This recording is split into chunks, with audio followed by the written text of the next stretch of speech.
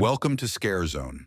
Tonight we bring you hours of true horror stories to help you relax, sleep, or simply enjoy the atmosphere. If you like what you hear, don't forget to subscribe. Now, close your eyes and let the rain begin. Story 1. Mrs. Adler had chosen the teacup 6 weeks earlier at an estate sale in Greenwich, where the deceased's Wedgwood collection sat tagged and priced on card tables beneath a white tent flapping in October wind. She selected 3 cups with hairline cracks running through the bone china. Flaws invisible unless held to light, which of course no one ever did. The saucers she bought were perfect. This asymmetry pleased her in a way she couldn't articulate, even to herself sitting alone in her kitchen at 2 a.m, washing each piece by hand, though they'd come from the sale already clean. The chamomile she'd purchased from the natural foods market on Elm Street, where mothers in Lululemon pushed strollers the size of small European cars and discussed kombucha fermentation with the intensity of Talmudic scholars. She'd smiled at them, these women whose greatest fear was gluten, and they'd smile back, recognizing in her expensive haircut and good shoes a member of the tribe. They did not recognize the mother of a dead child. That face, apparently, looked like anyone else's face. The synthetic opioid she had not purchased at all. This was the elegance of her design. The poison existed entirely in language, in the specific clinical terminology she'd memorized from medical journals and the performance of a woman who had done her research. She had spent 6 months learning to pronounce fentanyl with the casual authority of someone who understood its pharmacology, its half-life, its irreversible mechanism of action on the mu-opioid receptors.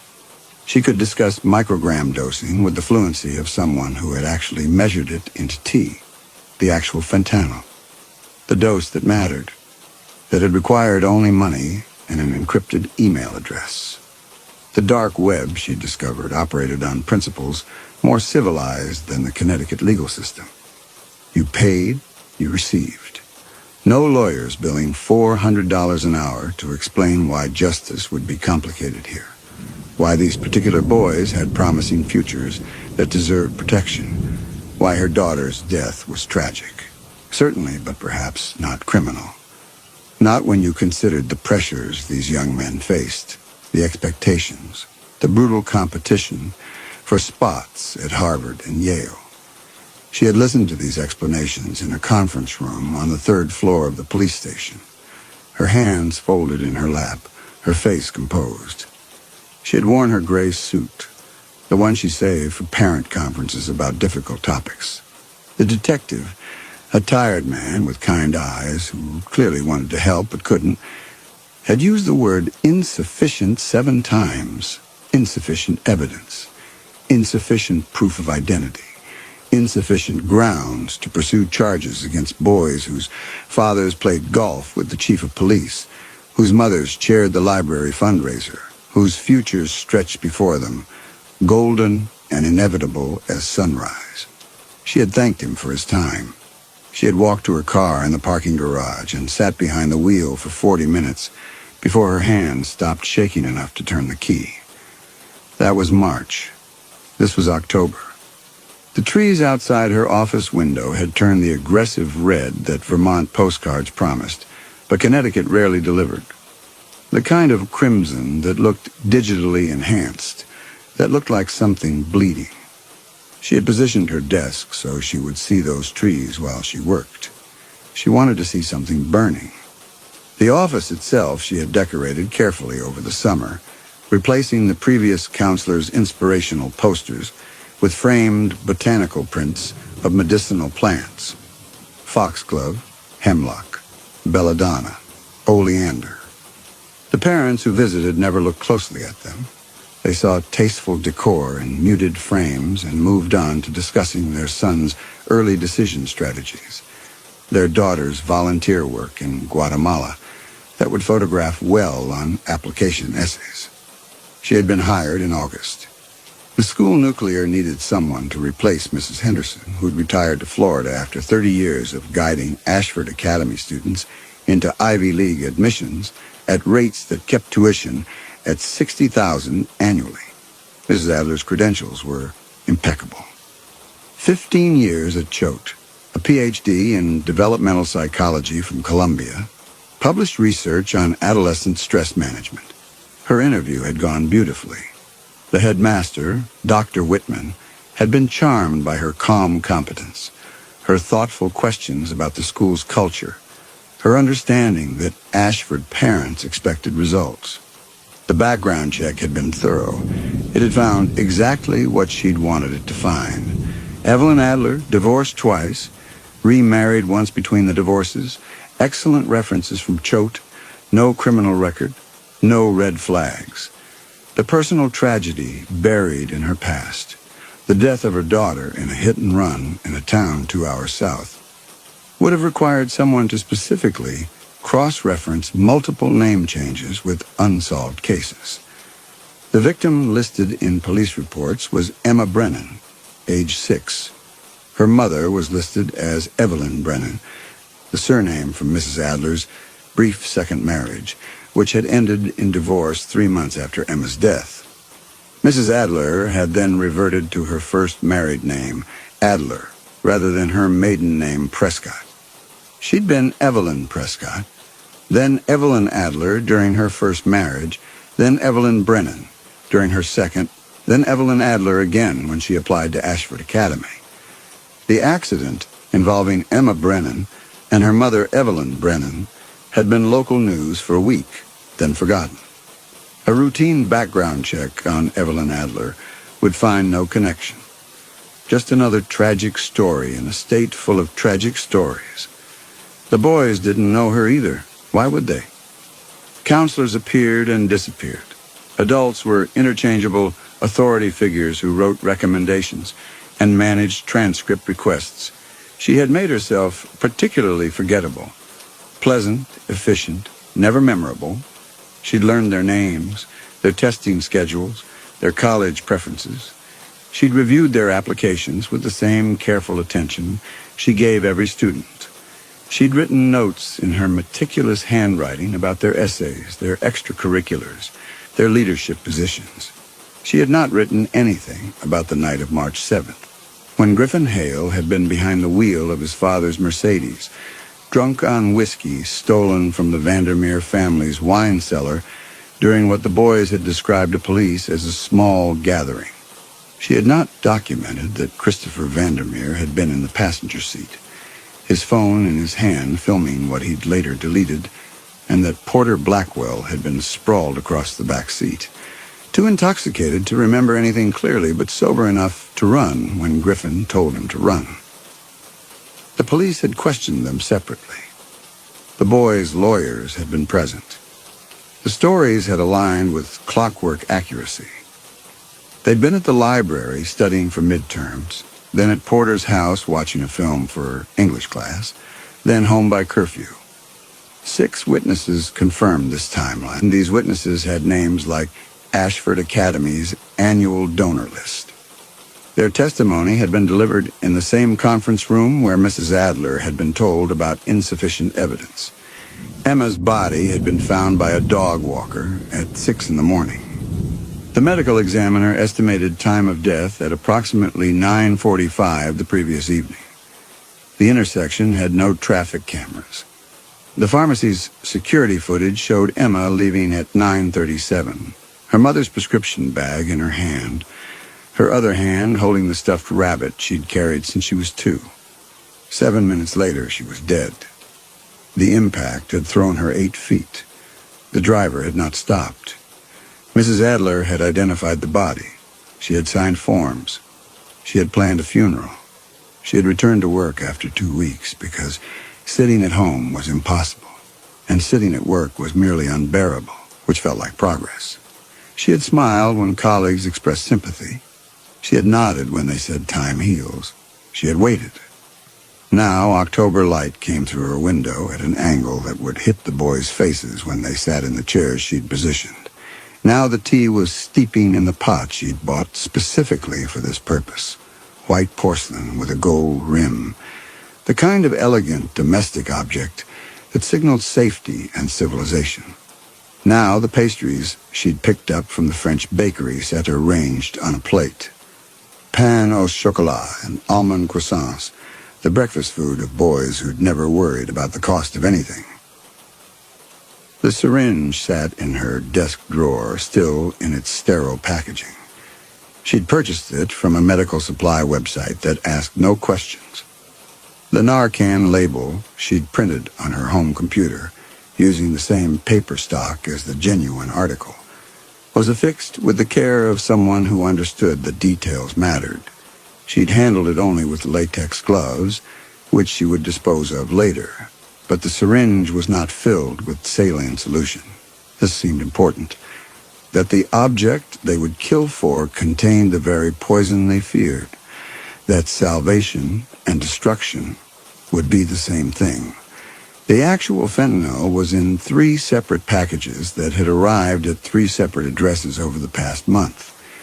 She had mailed them herself using the boys' home addresses, using their parents' credit card numbers that she'd obtained through means that were technically illegal, but practically simple if you understood that Ashford's business office stored billing information in spreadsheets accessible to anyone with administrative server access. A vulnerability the IT director had warned about repeatedly in budget meetings Mrs. Adler had attended as part of the Student Wellness Committee. The paper trail she'd constructed was immaculate. Any investigation would find parents who'd purchased drugs from overseas vendors, who'd had packages delivered to their homes, whose sons had a documented history of academic pressure and prescription stimulant use. The Ashford Academy Health Office kept records. Mrs. Adler had reviewed them.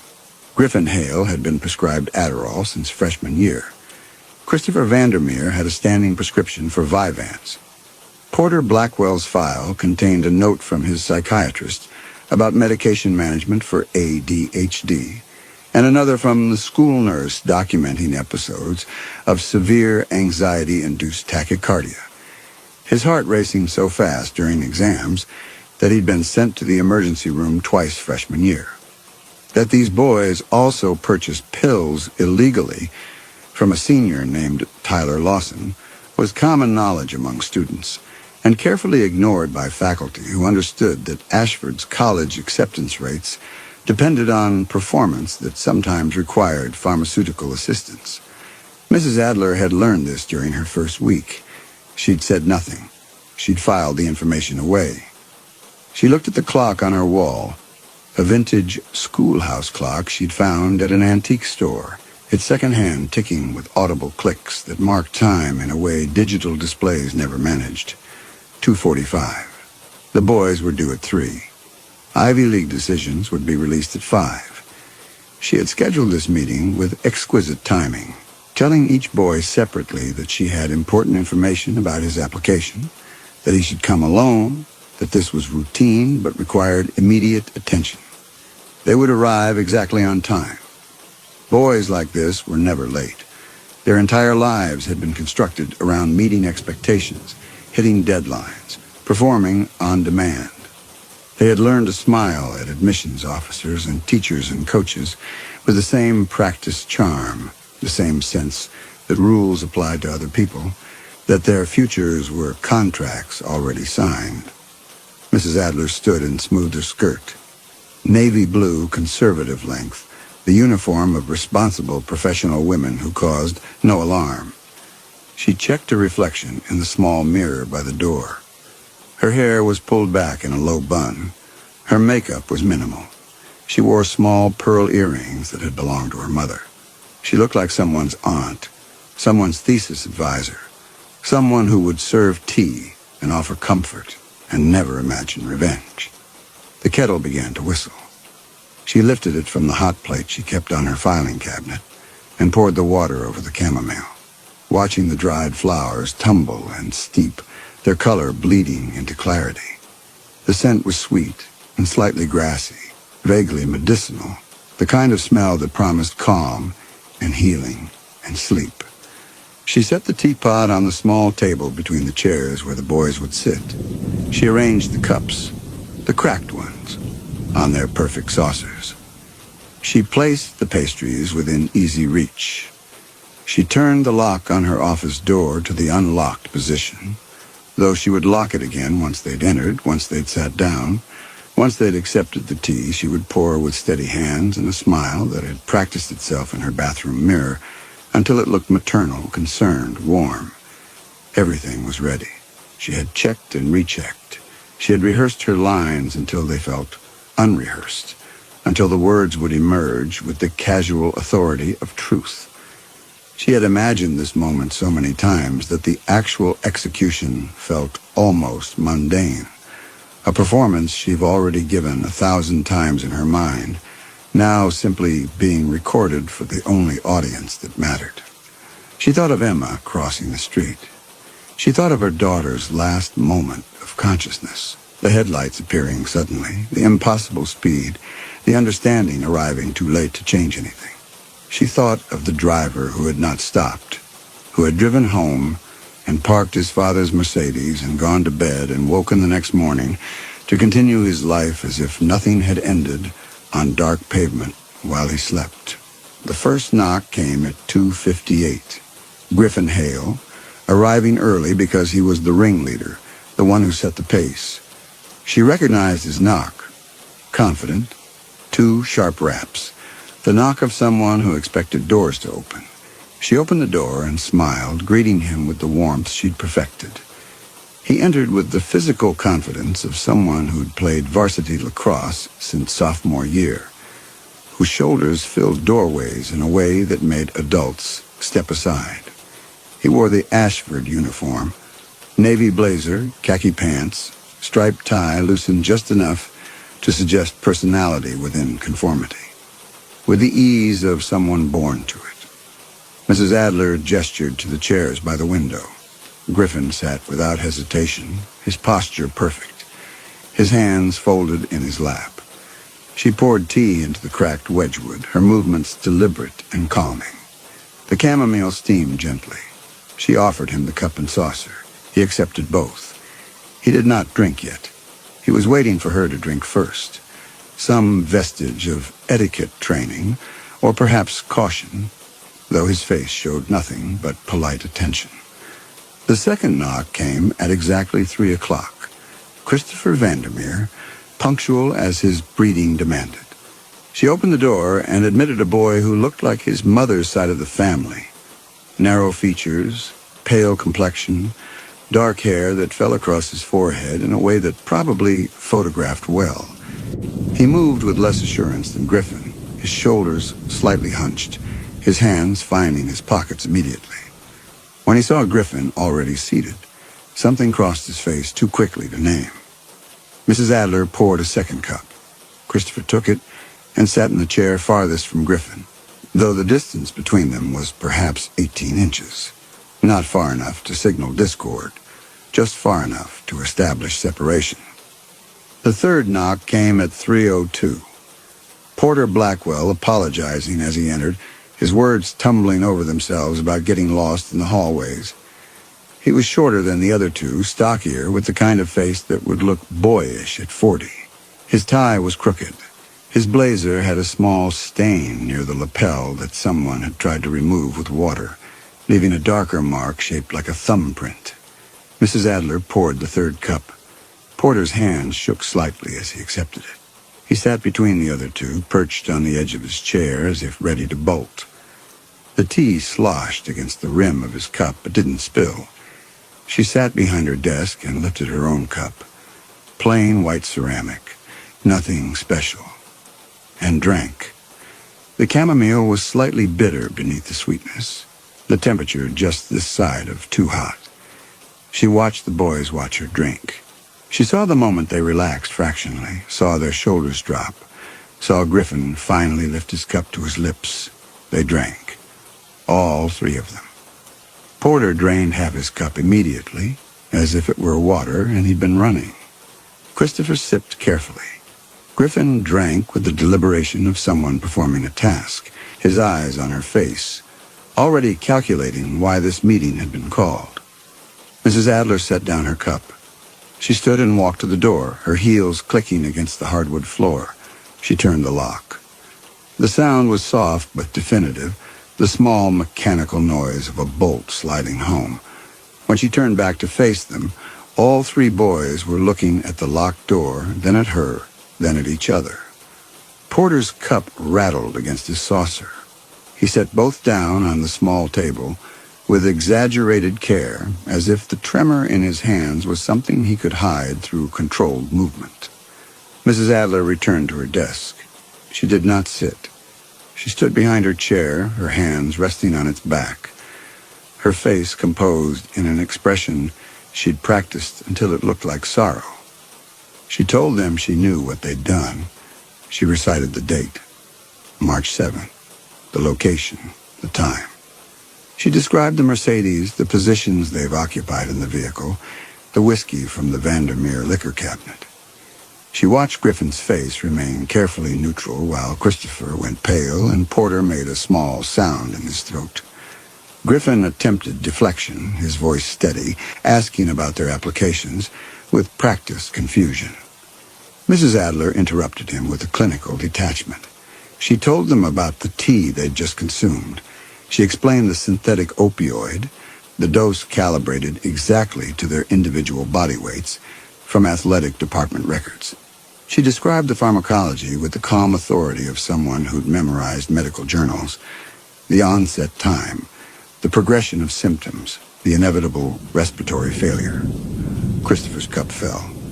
It shattered against the saucer, white fragments scattering across the table. The tea spread across polished wood, a slow stain darkening the grain. He stared at his hands as if they belonged to someone else. Griffin's breathing was faster now. She could see his chest rising and falling beneath his blazer, could see the pulse in his neck jumping. Porter had begun crying, tears running down his face silently. Griffin's voice cracked when he spoke, calling her insane, saying they would tell everyone she'd poisoned them. Mrs. Adler asked what evidence they had.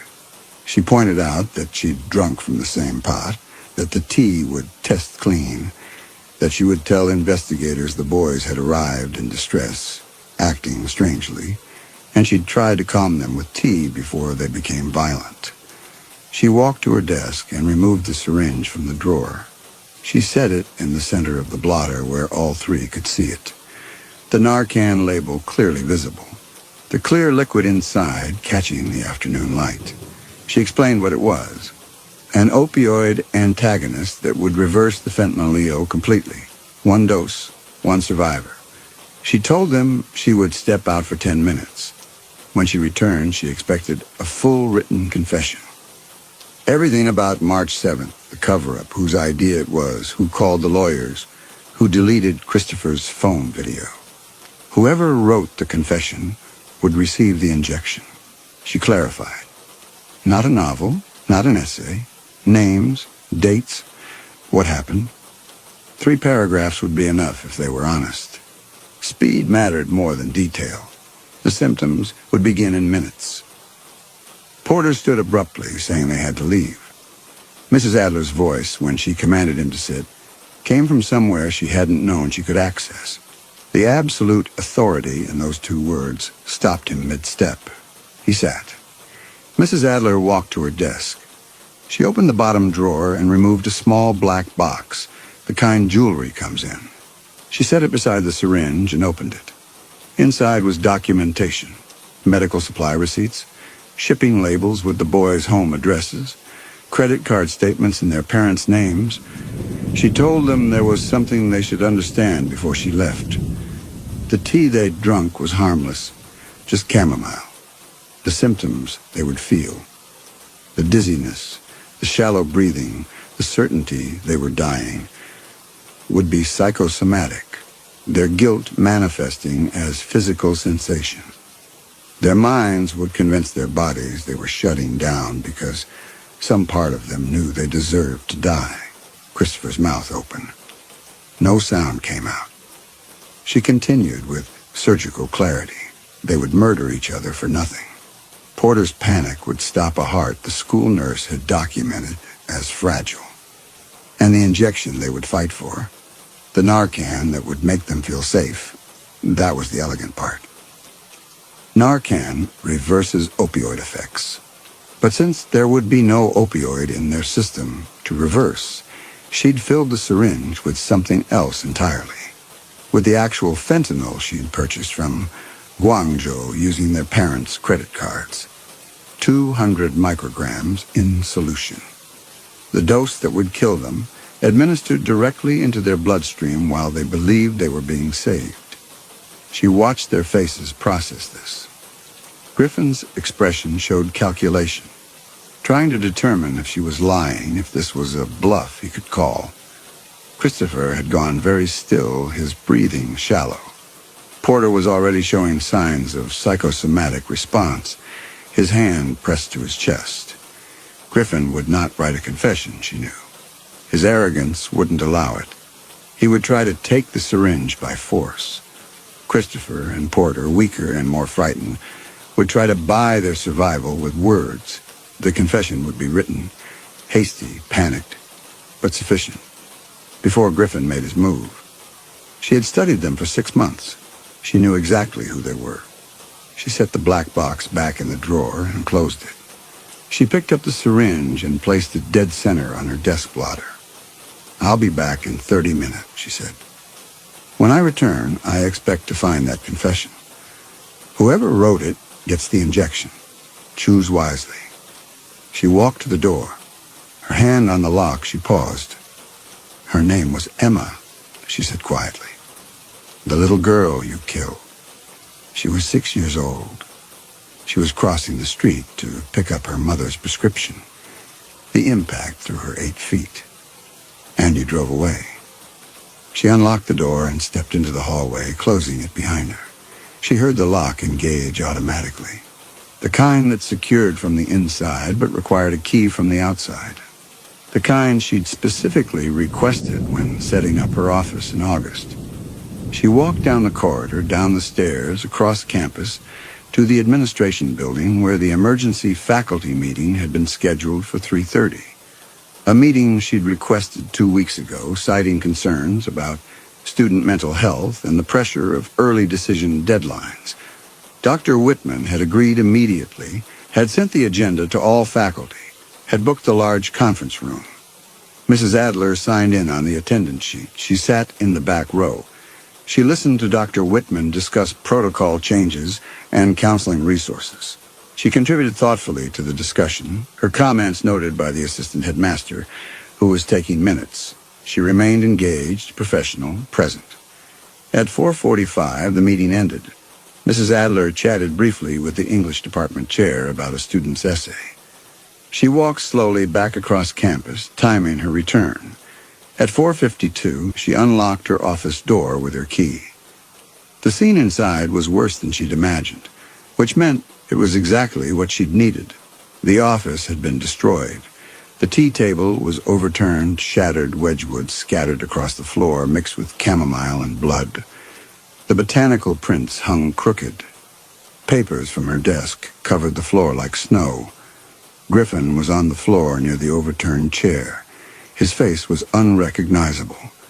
Pulped flesh and blood, one eye swollen shut, the other staring at the ceiling without focus. Blood pooled beneath his head in a shape like wings. He wasn't breathing. Porter lay on his side near the window, his eyes half open, his mouth slack. His chest was still. His face had gone grayish under the fluorescent lights. Christopher sat slumped against the wall, the empty syringe on the floor beside him. A tissue was pressed to his arm, soaked through with blood. His other hand still gripped a pen. On the desk, weighted down by her stapler, was the confession. A single page covered in 2 different handwriting styles, hasty and barely legible, but sufficient. The essential facts were there. The date, the car, the drinking, Griffin driving, the impact. The decision not to stop. The phone call to Griffin's father, the lawyers who'd arrived. At the bottom, 2 signatures, Christopher Vandermeer, Porter Blackwell. Christopher's breathing was shallow, labored. His lips were turning blue. When he saw her, his eyes widened. His mouth moved, but no sound came out. His hand reached toward her weakly, then fell. Mrs. Adler stood in the doorway for 3 seconds, taking in the scene with the careful attention of someone who needed to remember every detail for the police report she would give. Then she closed the door behind her, walked to her desk, and picked up her phone. She dialed 911. Christopher's breathing stopped before the operator answered. The crying was not difficult. She'd been holding it back for 6 months. It poured out of her now with the force of something damned too long. Great heaving sobs that made her voice shake, made her words nearly incomprehensible. She gasped into the phone, begging them to send help. Ashford Academy. Her office. There were 3 boys. She thought they were dead. She'd been at a faculty meeting, and when she came back, she found them like this. There was blood everywhere. One of them had a syringe. She thought they'd taken drugs. The operator's voice was calm, trained, asking questions. Mrs. Adler answered between sobs. Yes, she'd checked for pulses. No, none of them were breathing. Yes, the office had been locked from the inside when she arrived. She'd had to use her key. No, she hadn't touched anything except to check if they were alive.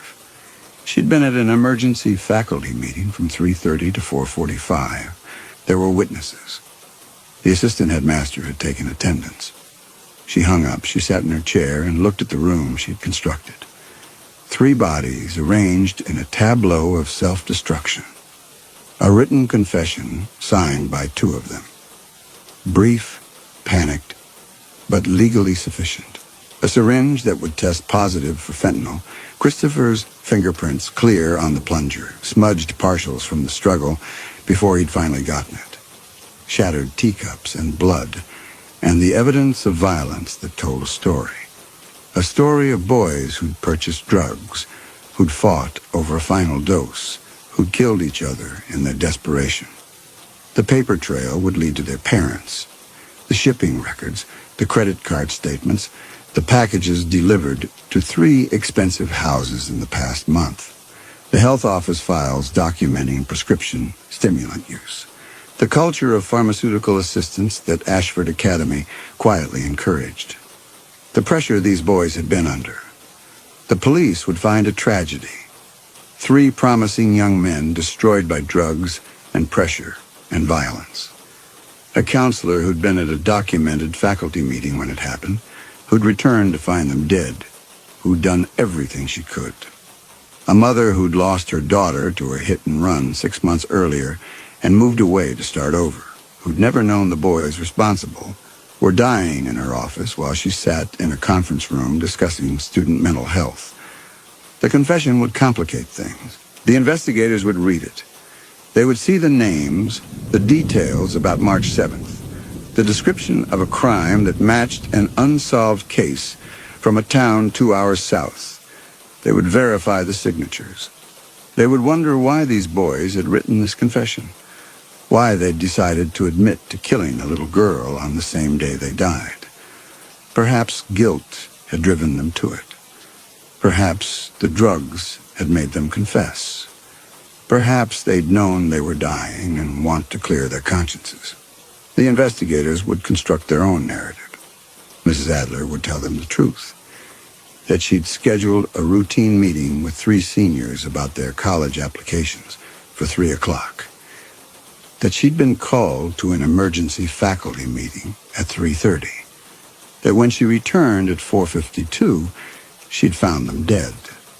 She would show them the meeting agenda, the attendance sheet with her signature, the minutes noting her contributions to the discussion. She would cry when they asked about the confession. She would say she had no idea why they'd written it, that she'd only moved to this town in August for the job at Ashford. They would investigate her anyway. They would find her maiden name eventually, would connect Emma Brennan to Mrs. Adler, would realize the boys had confessed to killing her daughter on the same day they died. They would look at the timing, the coincidence, the too perfect construction of evidence.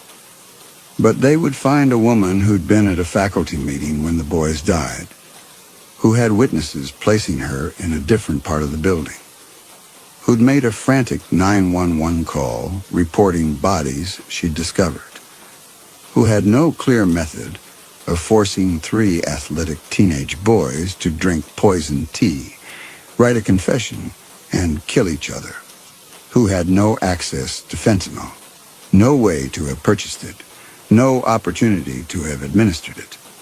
They would find parents whose credit cards had purchased the drugs, shipping records leading to the boys' homes, a culture of prescription drug abuse at an elite school, 3 boys under impossible pressure who'd made terrible choices and paid terrible prices. Some detective, perhaps the same tired man with kind eyes who told her about insufficient evidence, would sit across from her in an interrogation room and tell her he knew. He would say the coincidence was too perfect. He would explain that he understood what she'd done and why she'd done it, that he would have done the same for his own child, that justice had been served even if the law couldn't prove it. And she would look at him with genuine confusion and grief and tell him she didn't understand what he was suggesting, that she'd been at a meeting, that finding those boys dead was the most traumatic experience of her professional life, that learning they'd killed her daughter made it worse, not better, because now she had to live with the knowledge that she'd been 2 floors away when they'd confessed, when they'd died, when some small chance of understanding why they'd done it had been lost forever. The evidence would tell its story, and Mrs. Adler would tell hers. And somewhere between the 2 narratives, the truth would exist, unprovable, unprosecutable, perfect in its construction. She thought about Emma one more time, about her daughter crossing the street in the dark, about the headlights appearing suddenly, about 7 minutes that separated leaving the pharmacy alive and being found dead, about the driver who'd kept going, who'd gone home to sleep, who'd woken up the next morning and continued his life. That driver was dead now. His face was unrecognizable. His acceptance to Yale sat on his phone beside his destroyed body. He would never go to college, never graduate, never have the future his family's money had promised him. It would have to be enough. Mrs. Adler stood when the detective said she could go. She walked down the hallway past crime scene tape and numbered markers and investigators taking photographs. She walked out of Ashford Academy into October air that smelled like burning leaves and distant rain. She got into her car and sat behind the wheel. Her hands didn't shake when she turned the key. They should have, she thought. A woman who just discovered 3 dead boys should have shaking hands. But hers were steady. She drove home. She parked in her driveway. She walked into her house and closed the door behind her. She went to her closet and took out the birthday present wrapped in paper covered with cartoon whales.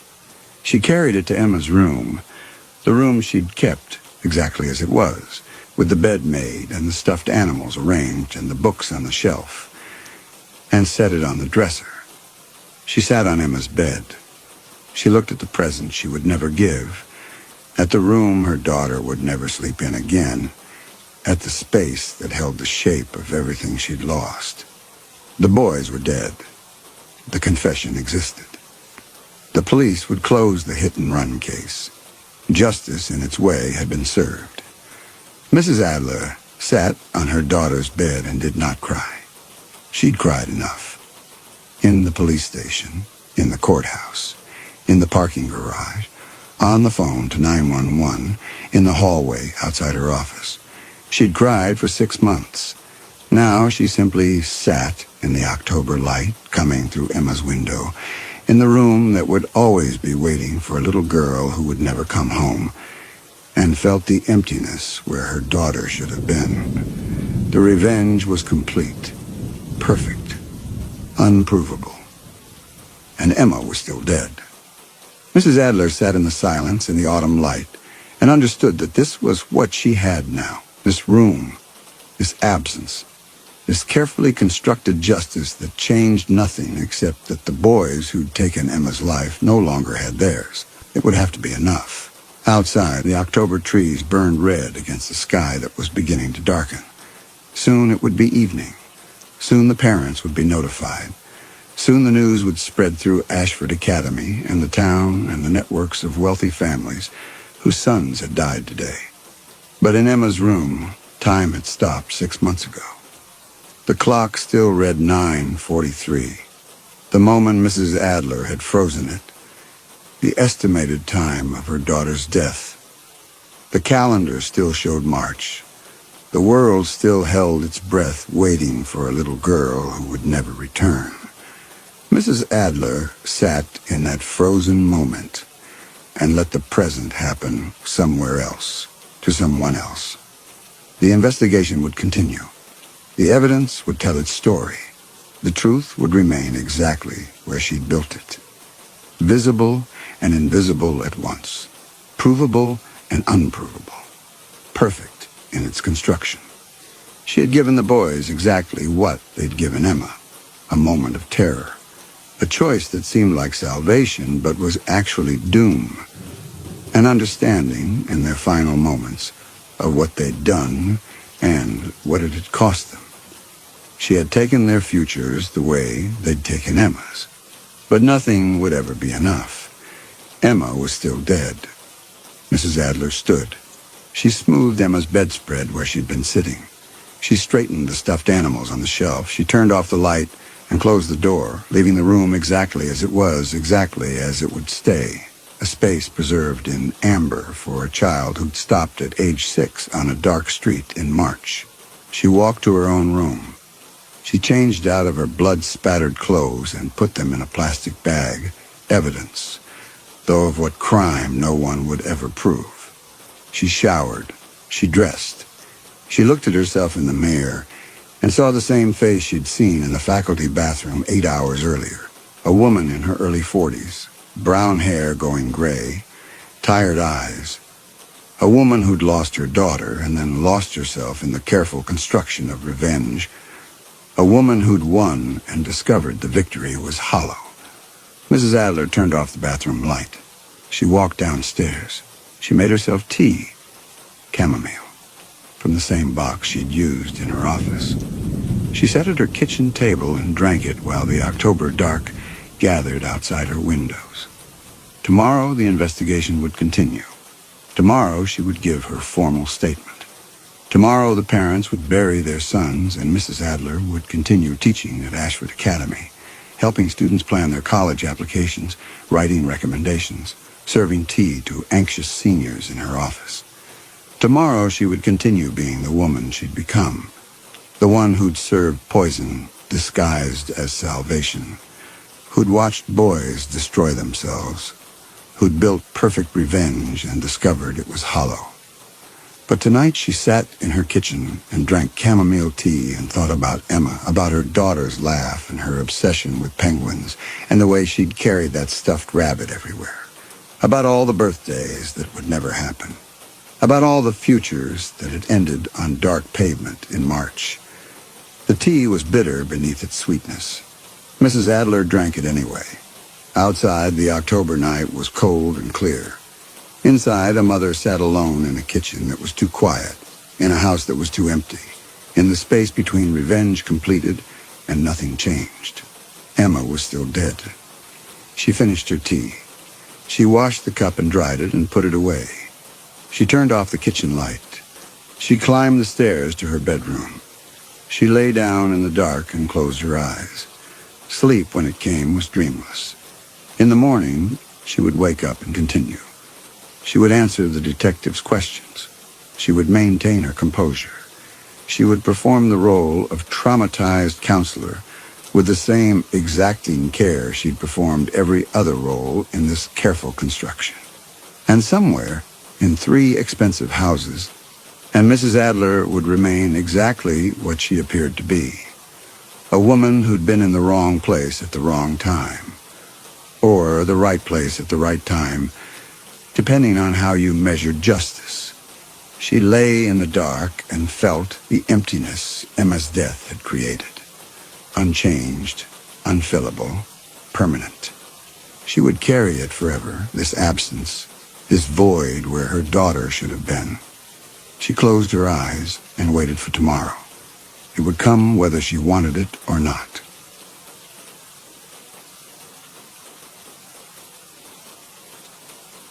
Story 2. David woke with his jaw clenched so hard his back molars had cracked sometime in the night. The dentist would ask what he'd been grinding against, and David would say, stress, though the truth lived in a place he couldn't reach, somewhere between sleep and the peculiar paralysis that seized him in those hours before dawn. His fiancée, Angie, had stopped asking about the sounds he made. She'd learned to slip from their bed when his breathing went shallow and wrong, when his hands curled into fists against nothing. He spat blood into the bathroom sink. The copper taste belonged in those fever dreams, not in his waking mouth, not in the house he'd built on land his family had worked for 3 generations. Through the window, the November sun hadn't yet cleared the eastern ridge. The cottonwoods stood stripped and skeletal, their branches making shadows like cracks across the frosted ground. His phone showed 2 missed calls from his Uncle Raymond. When he returned them, Raymond's voice was careful in the way that meant bad news delivered slowly. They'd found Tom Whitebird's cattle, what was left of them. Tom ran 60 head on the grazing lease near Cutbank Creek, good Herefords that brought premium prices in Miles City. Wildlife Services was saying wolves, but Raymond's silence after he said it told David the tracks weren't right, and neither was what got done to the animals.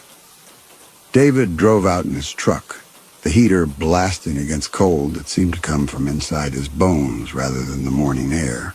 His feeling like he'd spent the night swimming in ice water had been with him since childhood, though his mother insisted he'd been a sickly infant who'd miraculously recovered.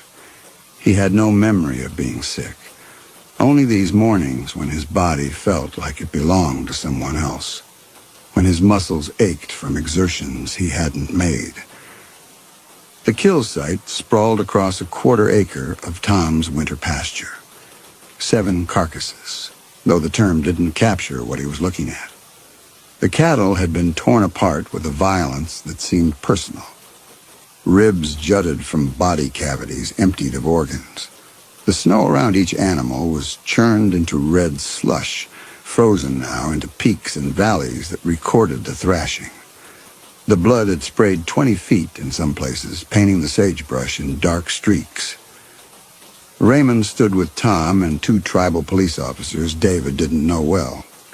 Their breath made clouds in the still air. No one was touching anything. The tracks leading away from the carnage were clearly visible in the snow, 4-footed, enormous, with claw marks that suggested something between a bear and a wolf, but impossibly large for either. The stride measured nearly 6 feet between prints. One of the officers asked if Ben was still living up at the old winter cabin. David recognized him now. Wesley Birdsong, who'd been 2 grades ahead of him in high school. The question landed wrong.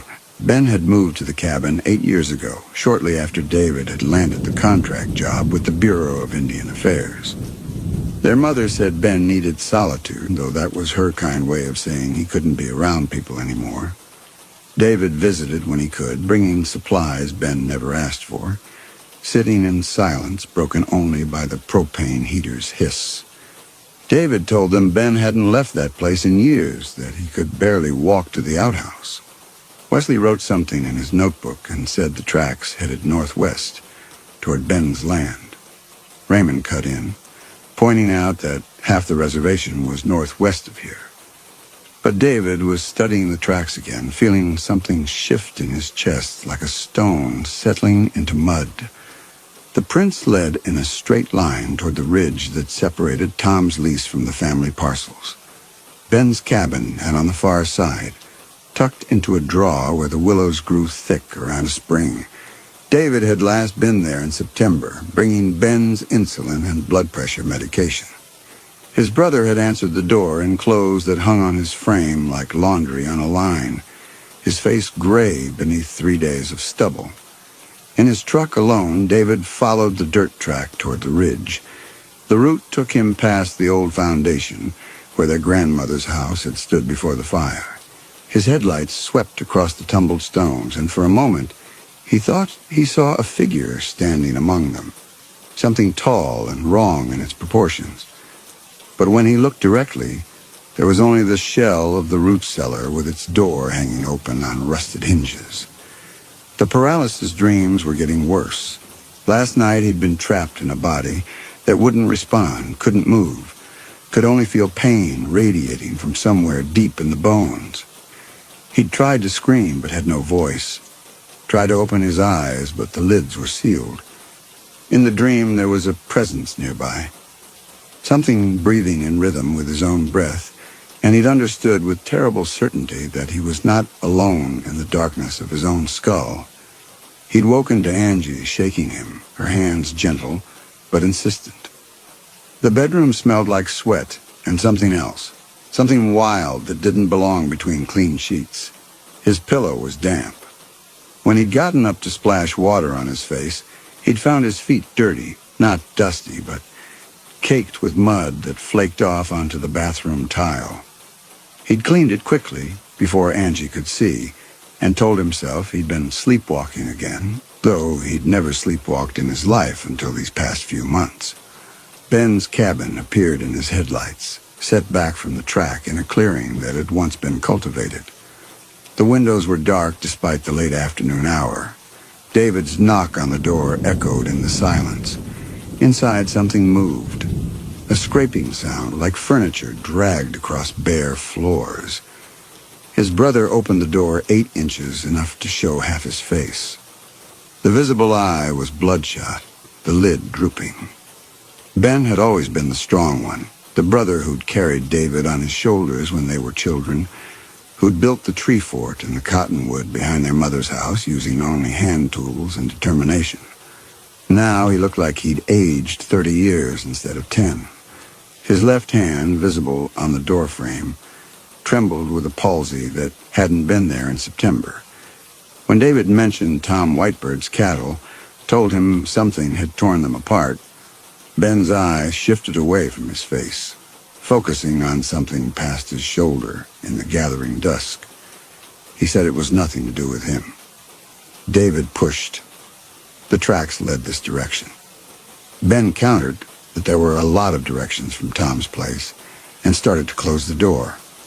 David put his palm against it, feeling the rough wood, and asked when Ben had last seen a doctor. His brother's response came sharp and bitter. He didn't need doctors.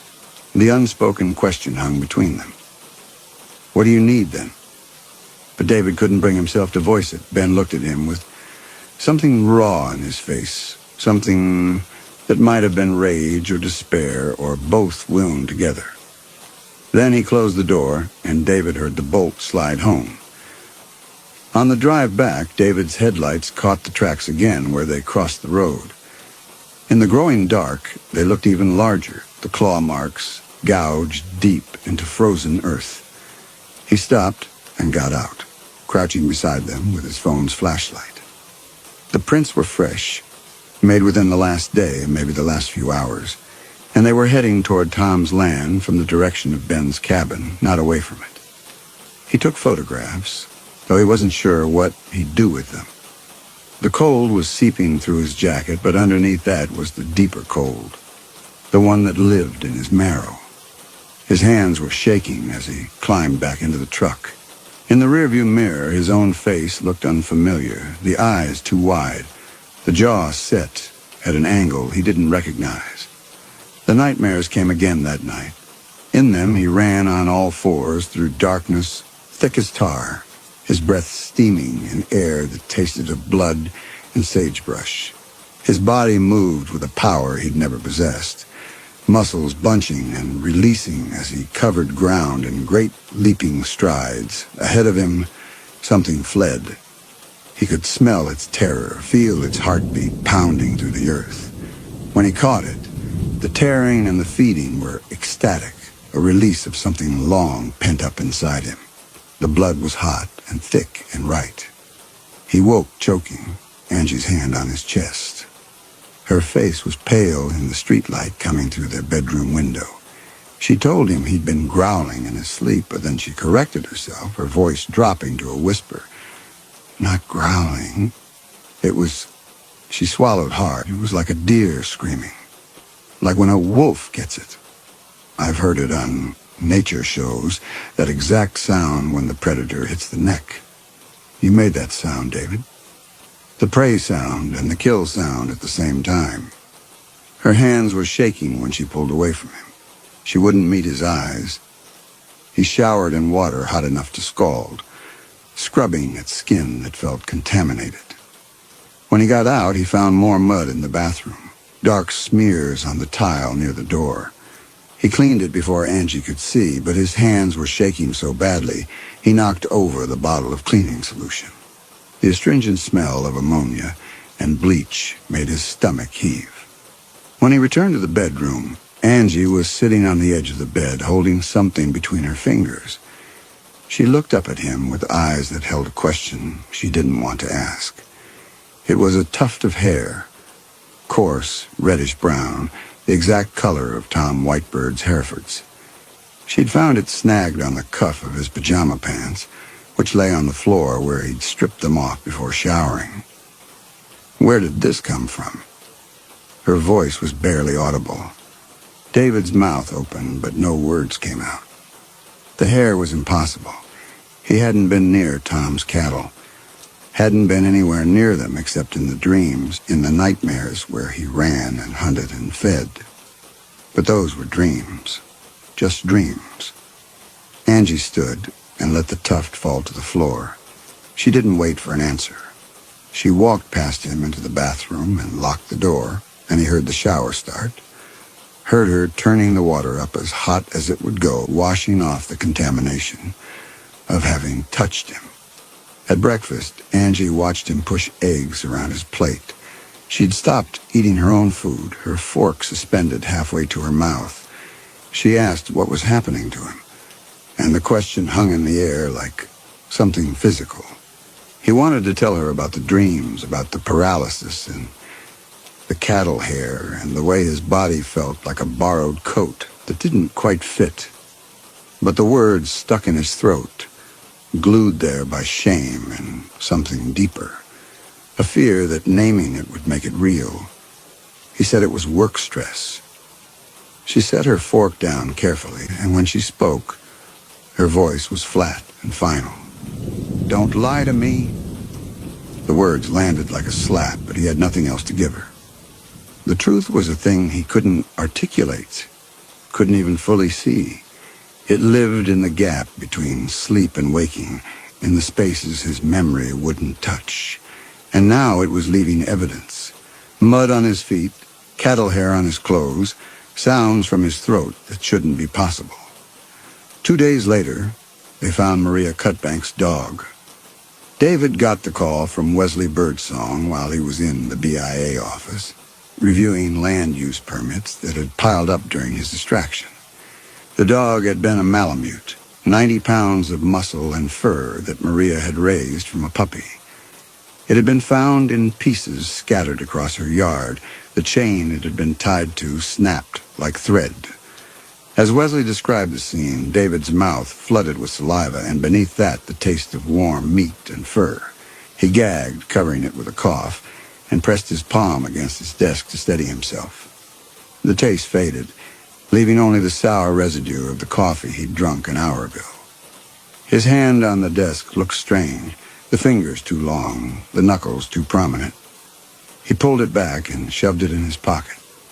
The tracks were the same, enormous, four-toed, clawed. They came from the northwest and departed the same direction, a straight line that pointed like an arrow toward the winter cabin. David drove out without telling Angie where he was going. The sky was low and gray, promising snow that hadn't yet fallen. When he reached the cabin, Ben's truck was there, but the door was locked. David pounded until his fists ached, calling his brother's name until his voice went hoarse. No answer came. He walked the perimeter, looking in windows. The cabin's interior was dark and sparse. A cot with tangled blankets, a table with a single chair, shelves holding canned goods and medication bottles. In the back room, what had been their grandmother's sewing room, he saw something that stopped him. The floor was covered in drawings, hundreds of them, rendered in what looked like charcoal on butcher paper. They showed twisted figures, things that were neither human nor animal, caught in moments of transformation. In one, a man's face was splitting down the middle, something else pushing through. In another, limbs extended at wrong angles, joints bending in directions anatomy didn't permit. David photographed them through the window, his phone's camera struggling with the dim light. When he looked at the images later, they showed only darkness, and his own reflection ghosted in the glass. That night, he locked himself in the guest bedroom, telling Angie he had the flu and didn't want her to catch it. She'd stood outside the door for a long time before he heard her footsteps retreat down the hallway. He wedged a chair under the doorknob and set his phone to record video, propping it on the dresser aimed at the bed.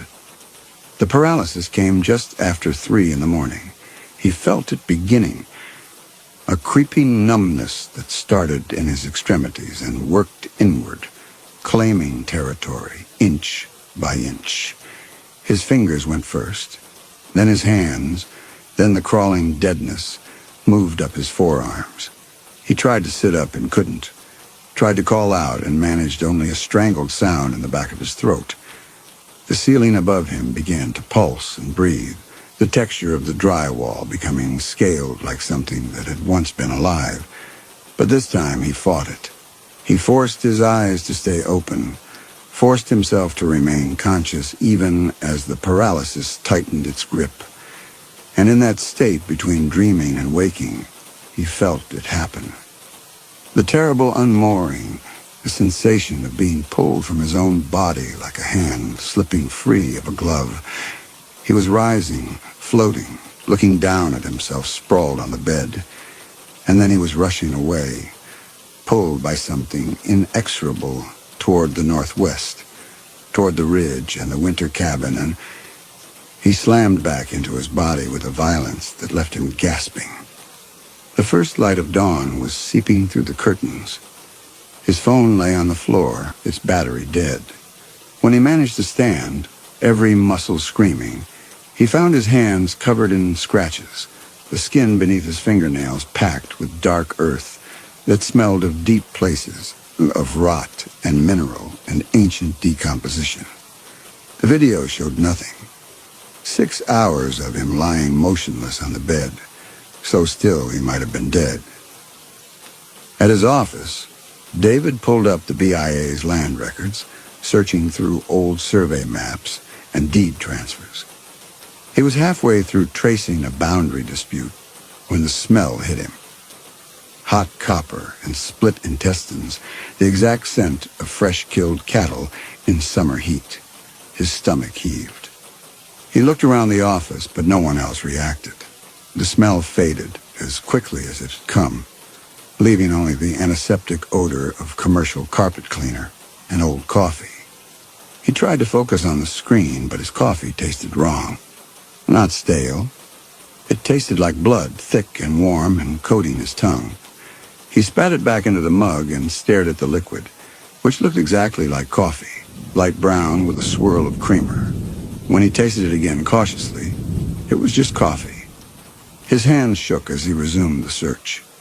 He traced his family's holdings back 3 generations, noting the parcels that had been sold off, the ones consolidated, the boundary shifts and easements.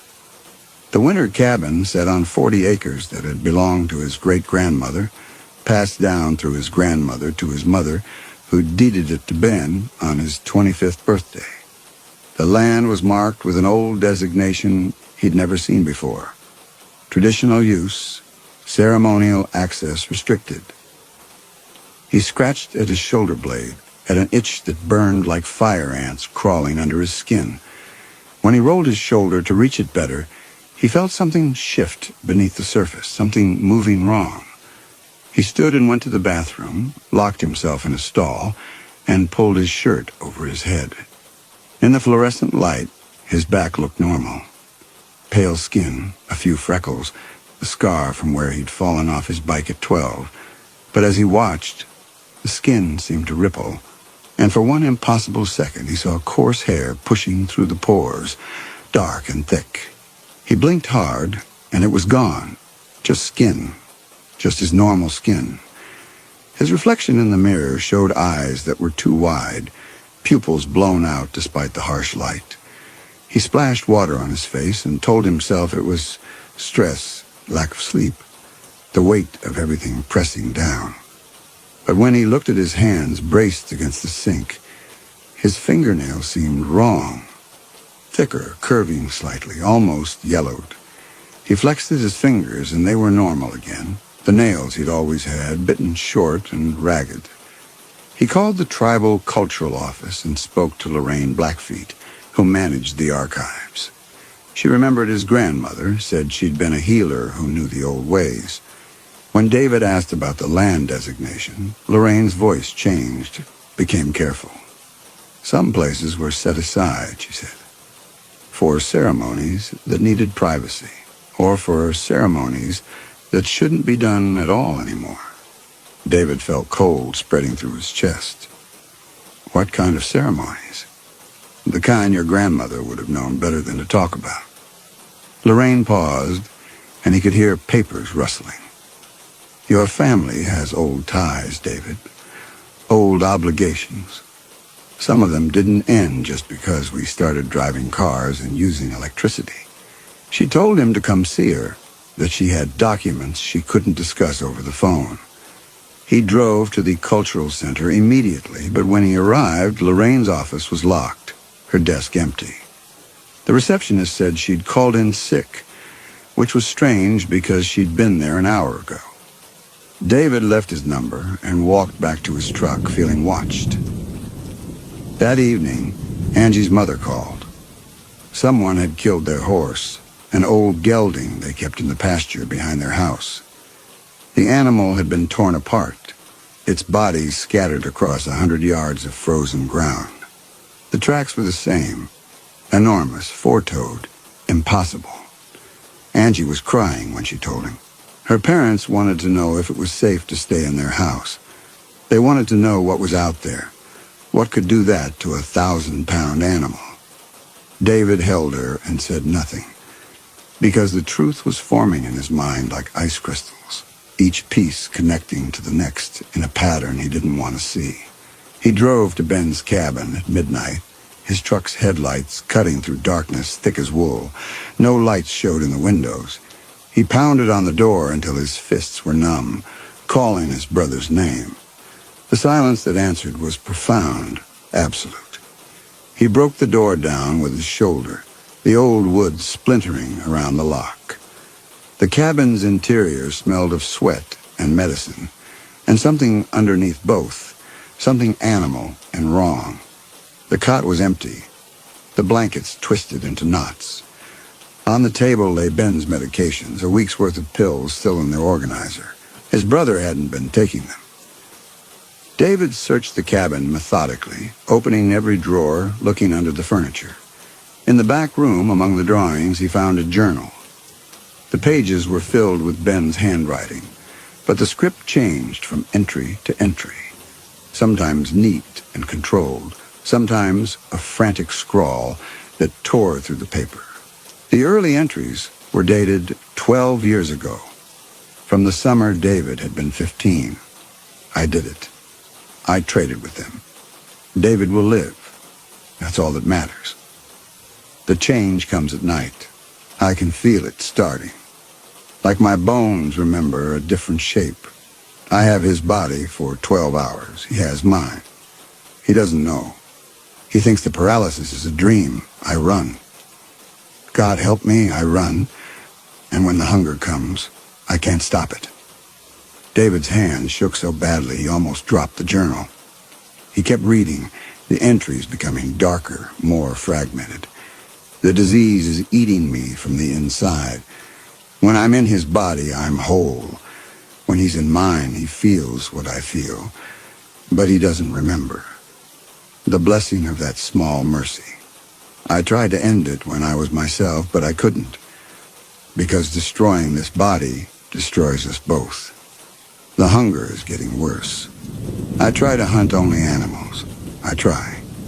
But the rage, the pain of being trapped in this rotting meat, it makes me careless. The final entry was dated yesterday. David is starting to remember. I see it in his eyes when he visits. Soon he'll know what I did, what we are. I should have let him die as a child. Would have been kinder. David heard the sound outside. Claws on frozen earth, moving fast. He shoved the journal into his jacket and moved to the window. Through the grimy glass, he saw it crossing the clearing, massive and wrong, its gait both animal and not. The thing that wore his body at night, that carried his brother's consciousness, in a form meant for running and hunting and killing. It was heading toward Angie's parents' house. He ran for his truck, fumbling for his keys. The engine roared to life, and he gunned it down the track, fishtailing on patches of ice. The speedometer climbed to 60, 70 on roads meant for 30. He called Angie, told her to get her parents out of the house, to get them somewhere with lights and people. Her voice was small and frightened when she asked why. "Just do it," he said. And the roughness in his own voice scared him. He reached the house 20 minutes later. Angie's car was there, and her parents' truck. But the front door stood open. Inside, the living room had been torn apart. Furniture overturned, pictures ripped from walls. Blood on the carpet, a trail leading toward the kitchen. David's heart hammered against his ribs as he followed it, pulling out his phone to call for help. In the kitchen, Angie sat on the floor, cradling her father's head in her lap. The old man was conscious but pale, his shirt torn and bloody. Her mother stood at the sink, pressing a dish towel to a gash on her arm. They'd fought it off with a fireplace poker and a kitchen knife, driven it back through the rear door. It had fled toward the woods, moving on 3 legs, favoring its right foreleg where Angie's father had struck it with the poker. David's phone slipped from his hand. Right foreleg. He looked at his own right arm, at the sleeve of his jacket. Underneath it, he knew, would be a bruise forming, bone deep and throbbing. He could feel it now, had been feeling it since he'd woken this morning, another of the inexplicable pains he'd learned to ignore. Angie looked up at him, her face streaked with tears. "What is it? What's hunting us?" He couldn't answer. The truth was too large, too impossible. He was the thing hunting them. Had been hunting them every night for months, years maybe. Wearing a shape he didn't remember taking. And Ben was trapped in his diseased body, forced to watch through David's eyes as the thing he'd created to save his brother tore apart everything they loved. The tribal police came, and Wesley Birdsong walked the perimeter with David while the paramedics worked on Angie's parents inside. The tracks were clear in the dirt behind the house, leading toward the tree line. 3-legged now, dragging the injured limb. Wesley asked David if he wanted to be part of the hunt they were organizing, if he wanted to help track this thing and put it down. He said it like an invitation, like something David would naturally want to be part of. David said yes, though the word tasted like ash in his mouth. The hunt was organized for the following night. 12 men, all armed, all familiar with the land. They would work in pairs, spreading out from Angie's parents' house in a grid pattern, following the tracks until they found the creature's den. Wesley handed out radios and GPS units, marked zones on a topographic map. David studied the map and saw that his assigned zone included the ridge above the winter cabin. As Wesley talked through the plan, David felt it again. That crawling sensation across his shoulders, down his spine. The urge to drop to all fours was so powerful, he had to lock his knees to stay upright. For a moment, the fluorescent lights overhead seemed too bright, painful, and he could smell every man in the room with impossible clarity. Their fear sweat, their gun oil, the coffee on their breath. Then it passed, and he was just David again, standing in a tribal police conference room, trying not to let anyone see his hand shaking. He went home and found Angie packing a bag. She was going to stay with her sister in Browning until this was over, taking her parents with her. She moved through the bedroom mechanically, folding clothes with precise, angry motions. When she asked if he was coming with them, he said he had to be part of the hunt. She stopped folding and looked at him with eyes that seemed to see straight through to all the things he was hiding. "You know what it is," she said. Not a question. He wanted to deny it, but the lie wouldn't form. He stood there while she finished packing, while she loaded her bag into the car, while she drove away without saying goodbye. The house felt cavernous in her absence, full of echoes and empty spaces. That afternoon, David drove back to the cultural center. Lorraine Blackfeet was in her office this time, surrounded by open books and old photographs spread across her desk. She looked up when he entered, and he saw fear in her face before she managed to hide it. He asked her what she knew about his family, about the ceremonies performed on that restricted land. She was quiet for a long moment, her fingers tracing the edge of an old photograph that showed his great-grandmother standing in front of the winter cabin. In the picture, the old woman looked directly at the camera with eyes that held a warning. "Your great-grandmother was a healer," Lorraine finally said. But she also knew the dangerous medicine, the kind that requires a price, the kind that trades one life for another, one form for another. She pushed the photograph across the desk toward him. She died warning her daughter never to let anyone perform those ceremonies again. Said some debts can't be repaid, only passed on. David's throat felt tight. What if someone already did? What if the ceremony already happened? Then both parties are bound until one of them dies. And maybe not even then. Lorraine's voice was barely a whisper. The old one said that kind of medicine doesn't just trade bodies, it trades fates. What was meant for one becomes the burden of both. The sickness, the health, the guilt, the hunger. It all gets shared in ways that don't make sense to us anymore.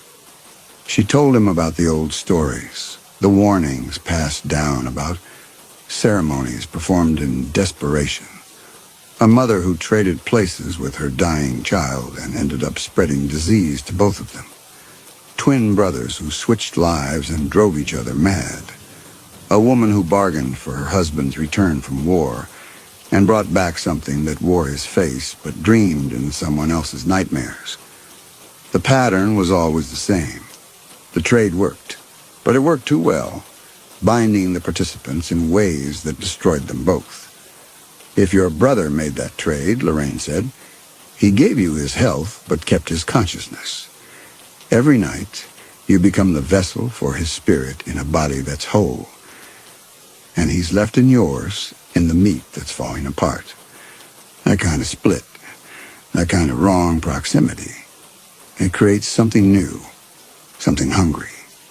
David thought of the drawings in the cabin, the transformations rendered in charcoal. How do you stop it? The old stories say you can't. One body has to die, and even then, the other carries the weight of what was done. The ceremony was designed to be permanent. She paused, studying his face. Why are you asking me this, David? What has your brother done? He left without answering, the photograph of his great-grandmother folded in his pocket. Outside, the sky was darkening toward evening, and he could feel the change coming, the now familiar sensation of his body preparing for something he couldn't control. His right arm throbbed where the bruise was spreading, purple and black against his skin. The same arm the creature had been favoring, the same injury. He drove to the hunting grounds early before the other men arrived. He had to see Ben one more time, had to confront him with what he now understood. The winter cabin was dark, the broken door hanging open on its hinges. David walked through rooms that smelled of abandonment, calling his brother's name. In the back room, among the drawings, he found Ben. His brother sat propped against the wall, his breathing labored and wet. The wheelchair he'd used as a child was pulled close beside him, though he was too weak now to transfer himself into it. His face was gray, the skin hanging loose on the bones. When he saw David, something like relief crossed his features. "You know," Ben said. His voice was the sound of wind through dried grass. "I know."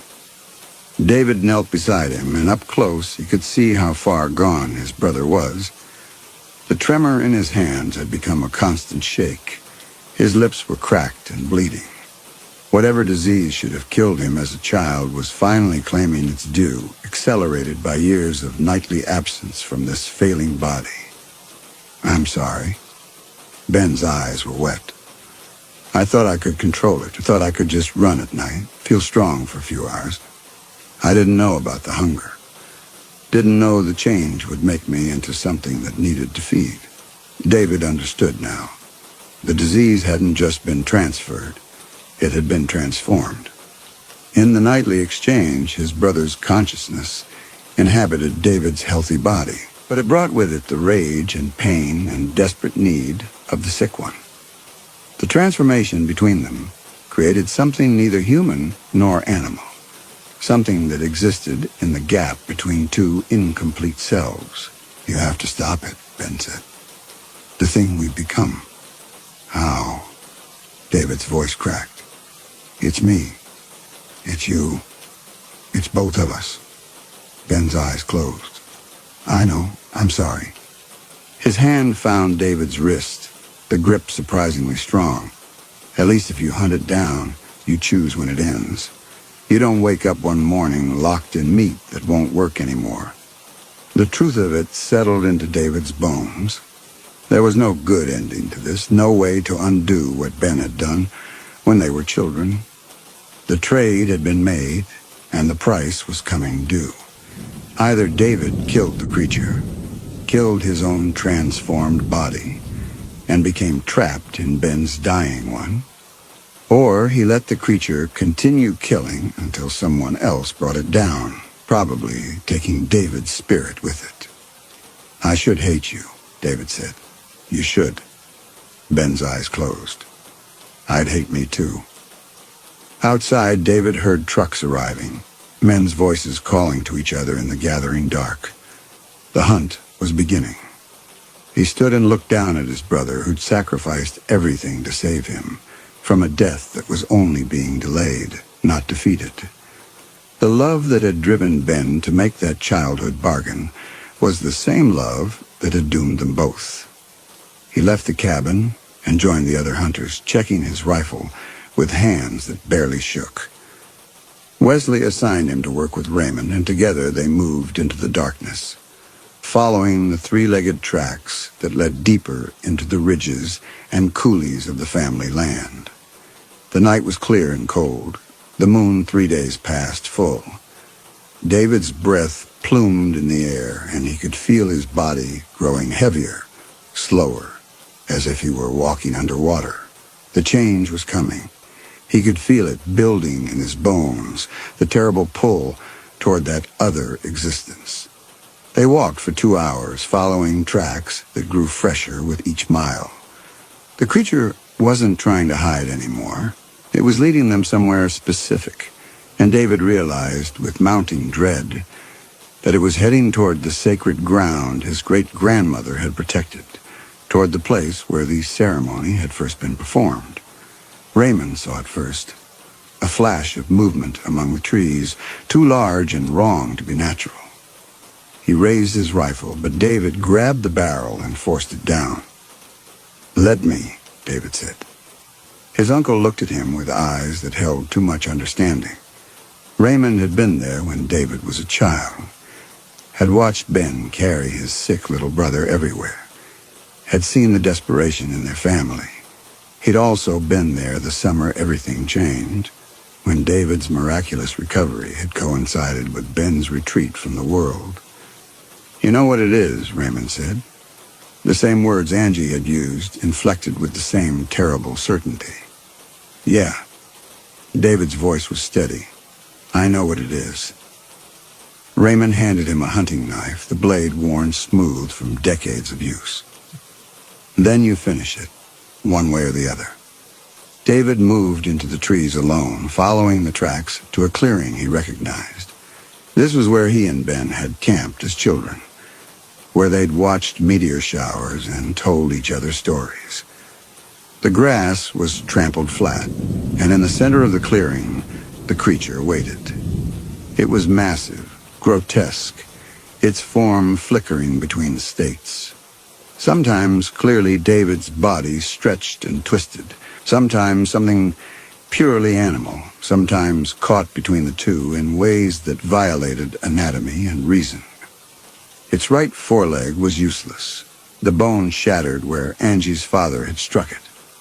The creature's eyes, when they caught the moonlight, were Ben's eyes, and in them David saw not just pain and pleading, but something specific and devastating. A memory flickered in those eyes. David could see it as clearly as if it were playing on a screen. The tree fort. Ben lifting him up because his legs wouldn't work that day. His brother's hands gentle and sure under his arms. Ben saying, "I've got you, always got you," while the cottonwood leaves rustled overhead. The exact inflection of his voice, the exact angle of sunlight through the branches. The memory was shared, lived in both of them, and the creature was showing it to him deliberately, saying, "Remember who I am. Remember what I did for you." The creature took a step forward on 3 legs, and then it did something that stopped David's heart. It lifted its good foreleg, not in aggression, not in an animalistic threat, but in the exact gesture Ben had used when they were children. Palm up, finger slightly curled, the universal sign for "take my hand." The same way Ben had reached for him every morning when David couldn't get out of bed alone, every afternoon when the stairs were too much, every evening when the wheelchair needed to be folded and put away. The gesture was so perfectly, heartbreakingly human that David felt something crack inside his chest. He raised the rifle, sighting down the barrel at his own chest as it heaved and pulsed in that impossible body. His finger found the trigger. This was the choice then. Shoot now, while he was still himself, still in his own mind. Kill the creature that was both of them, the thing their love had created. And then wake up tomorrow, if there was a tomorrow, trapped in Ben's failing body with only days or weeks before the disease claimed what it had always been owed. The creature's eyes held his, still showing him that memory of the tree fort, of Ben's unwavering strength and tenderness. It kept its paw raised in that gesture of offering, of connection, even as its body trembled with pain and hunger. In that moment, David understood that his brother was fully present in that form, that Ben had been conscious and aware during every kill, every terrible feeding, and that knowledge was its own kind of death. He lowered the rifle. He couldn't do it. Couldn't kill the brother who'd loved him enough to damn them both. Couldn't destroy the hand that had reached for him in every moment of weakness. The creature lunged. David pulled the trigger as it crashed into him, the rifle barking once before he hit the ground. He felt the impact of the bullet, felt it punch through meat and bone, but couldn't tell if the pain was his or Ben's, or the thing that was neither and both. The weight of the creature was immense, crushing the air from his lungs. Hot blood poured over him, and he couldn't tell what was dying. The body he'd been born in, or the body he'd inherited. The creature shuddered, and in its death throes, David felt the pull, the terrible familiar pull of the nightly exchange. But this time it was happening wrong, the transfer catching and stuttering like a damaged engine. He was being pulled apart, his consciousness fragmenting between bodies, between states of being, and he understood with horrible clarity that this was what Ben had felt every night for 12 years. This tearing, this division of self. Then the world went black, and he was falling through darkness that had texture and weight, falling toward a body that was waiting for him somewhere in the distance. He woke in the winter cabin, sprawled on the floor of the back room among the drawings. His body was agony, every nerve screaming, every joint locked in place. He tried to move and couldn't, tried to breathe and managed only shallow sips of air. This was Ben's body, the diseased one, and he was trapped in it now, trapped in the meat that had been failing for 30 years.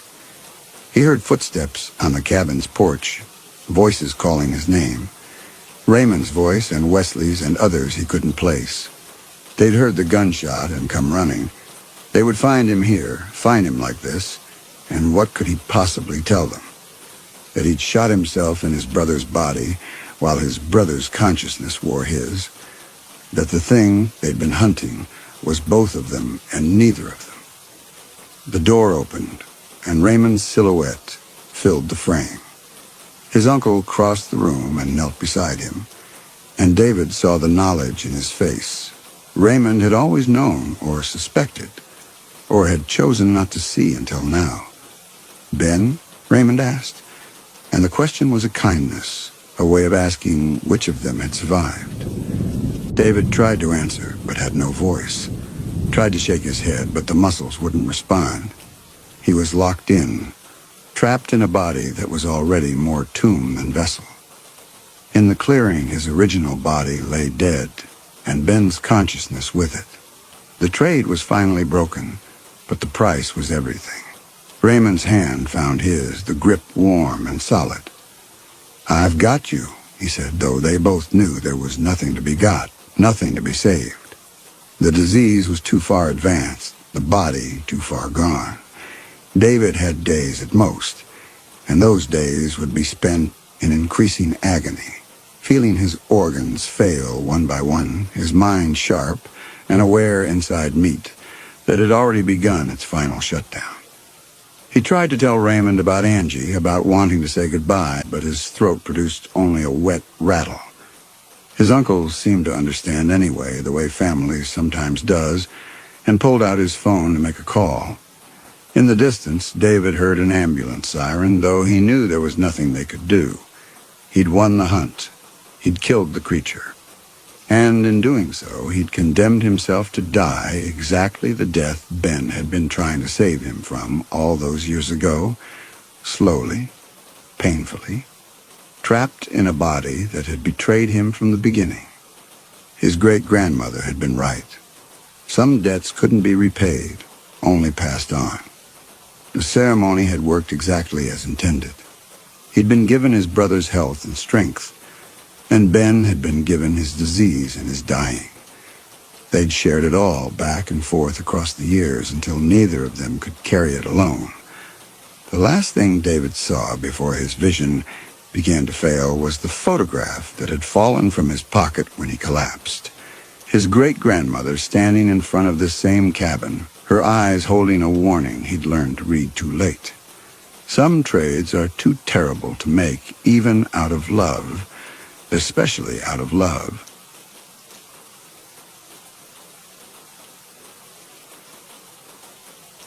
Story 3. Dennis found the invitation inside his refrigerator. Not on the refrigerator, held by a magnet. Inside it, propped between the milk and the leftover Chinese takeout, he couldn't remember ordering. The cream-colored cardstock was cold to the touch, but not wet. Not even damp, as if it had always been there, waiting for him to notice. The calligraphy was precise, each letter a small work of art. You are cordially invited to the annual Autumn Lane Thanksgiving potluck. Thursday, 6 p.m. We do hope you'll join us this year. This year, as if he'd been invited before, as if his absence had been noted, mourned even. Dennis stood in his kitchen holding the impossible invitation, the refrigerator door hanging open, cold air spilling out around his legs. He'd opened the fridge to get milk for his coffee. He'd seen the invitation immediately. was positioned exactly at eye level, impossible to miss. But he hadn't put it there. He was certain he hadn't put it there. He looked at the envelope lying on his kitchen counter, the one that had arrived in yesterday's mail, also from the neighbors, also inviting him to Thanksgiving dinner. That invitation had seemed strange enough.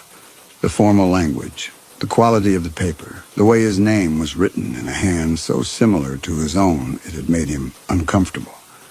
But this was different. This was impossible. Dennis closed the refrigerator door slowly, watching his reflection warp and distort in the stainless steel. For a moment, just a moment, he thought he saw someone standing behind him, but when he turned, the kitchen was empty. Just him and the invitation and the October light filtering through windows that still smelled faintly of Rachel's jasmine perfume, though she'd been gone 4 months now. He'd been living on Autumn Lane for 3 years in the craftsman bungalow with the sagging porch that Rachel had loved on sight. Character, she'd called it. History. He'd seen only the work it would require and the money they didn't have. But Rachel had a way of making him see things differently, of transforming his pragmatic vision into something softer, more forgiving. Without her, the house had reverted to what it truly was, a structure slowly surrendering to entropy, to the patient appetite of rot and weather. The neighbors had never invited him to anything before. He'd see them sometimes, Mrs. Holbrook tending her roses with what seemed like ritualistic precision, cutting each stem at the exact same angle. The Castellanos, walking their terrier in perfect synchronization, their footsteps falling in an eerie rhythm. Young Mr. Pritchard washing his vintage Chrysler every Saturday at precisely 9 o'clock. The same circular motions, the same dreamy expression on his face. They'd wave, smile, nod, but they'd never spoken to him, never welcomed him. It was as if he'd been invisible, or worse, as if they'd been waiting for something. Rachel had tried to befriend them at first.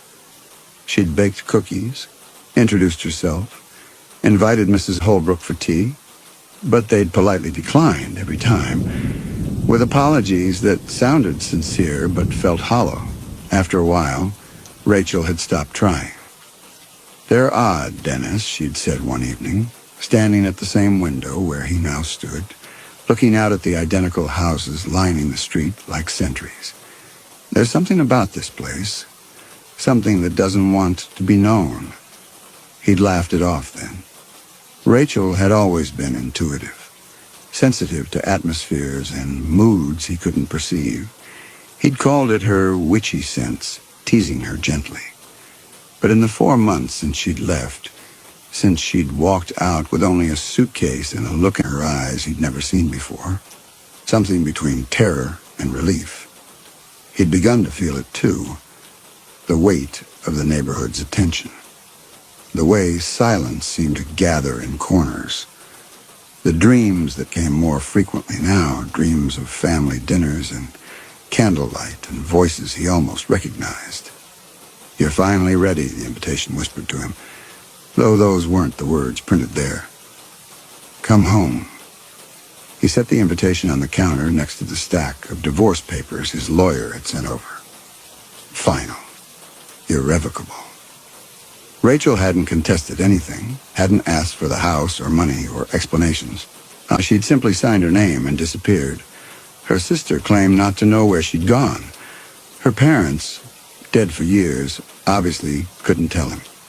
Her friends, when he'd called them in those first desperate weeks, had said the same thing. She needed space. She wasn't herself. She seemed frightened, Dennis. Not of you, but of something. Of what? He'd wanted to scream.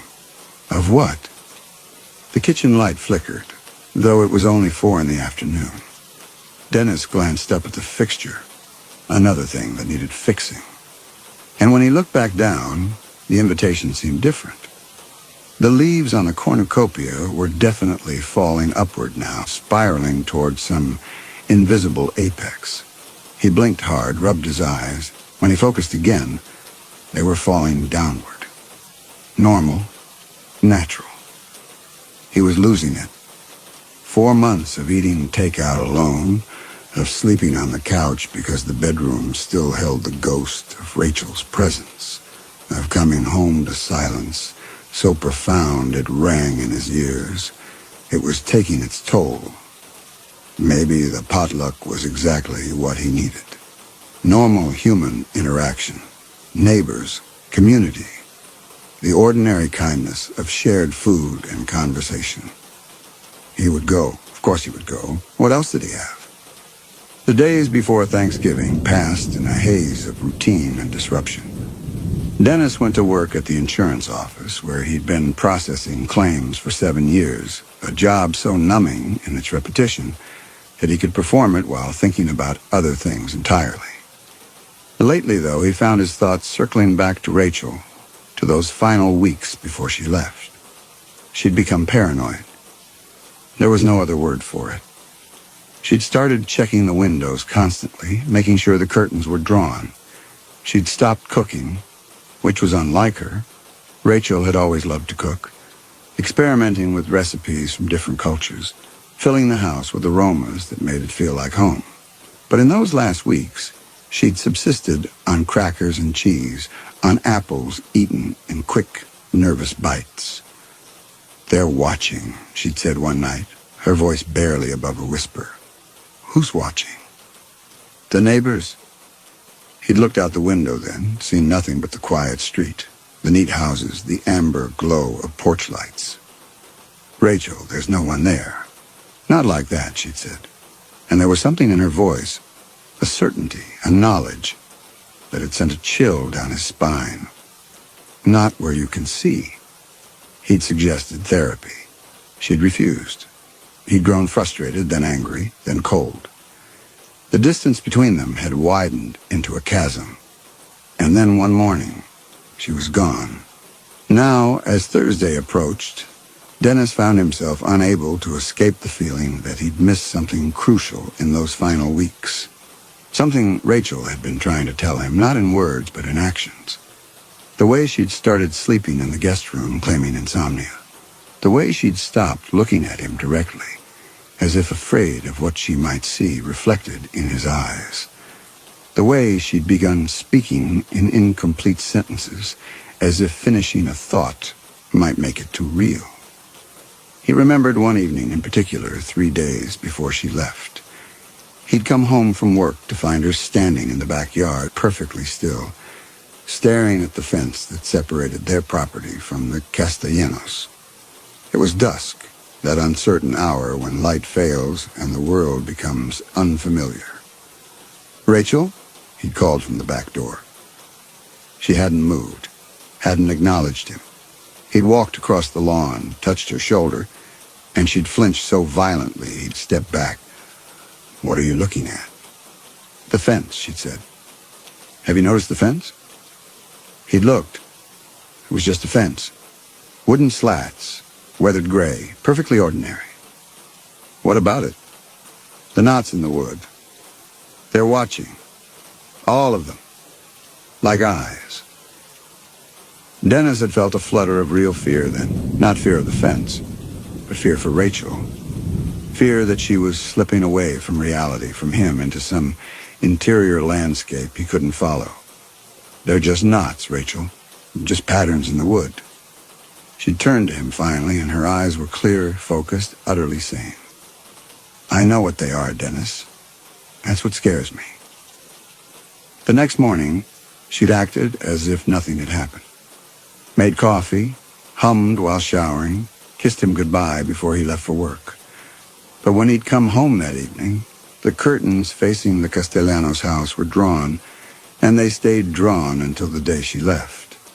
Now, sitting at his desk, processing a claim for water damage, Dennis found himself thinking about patterns, about the way the neighbors all waved at the same moment when he drove past, about the way their houses were identical, not just in structure, but in maintenance.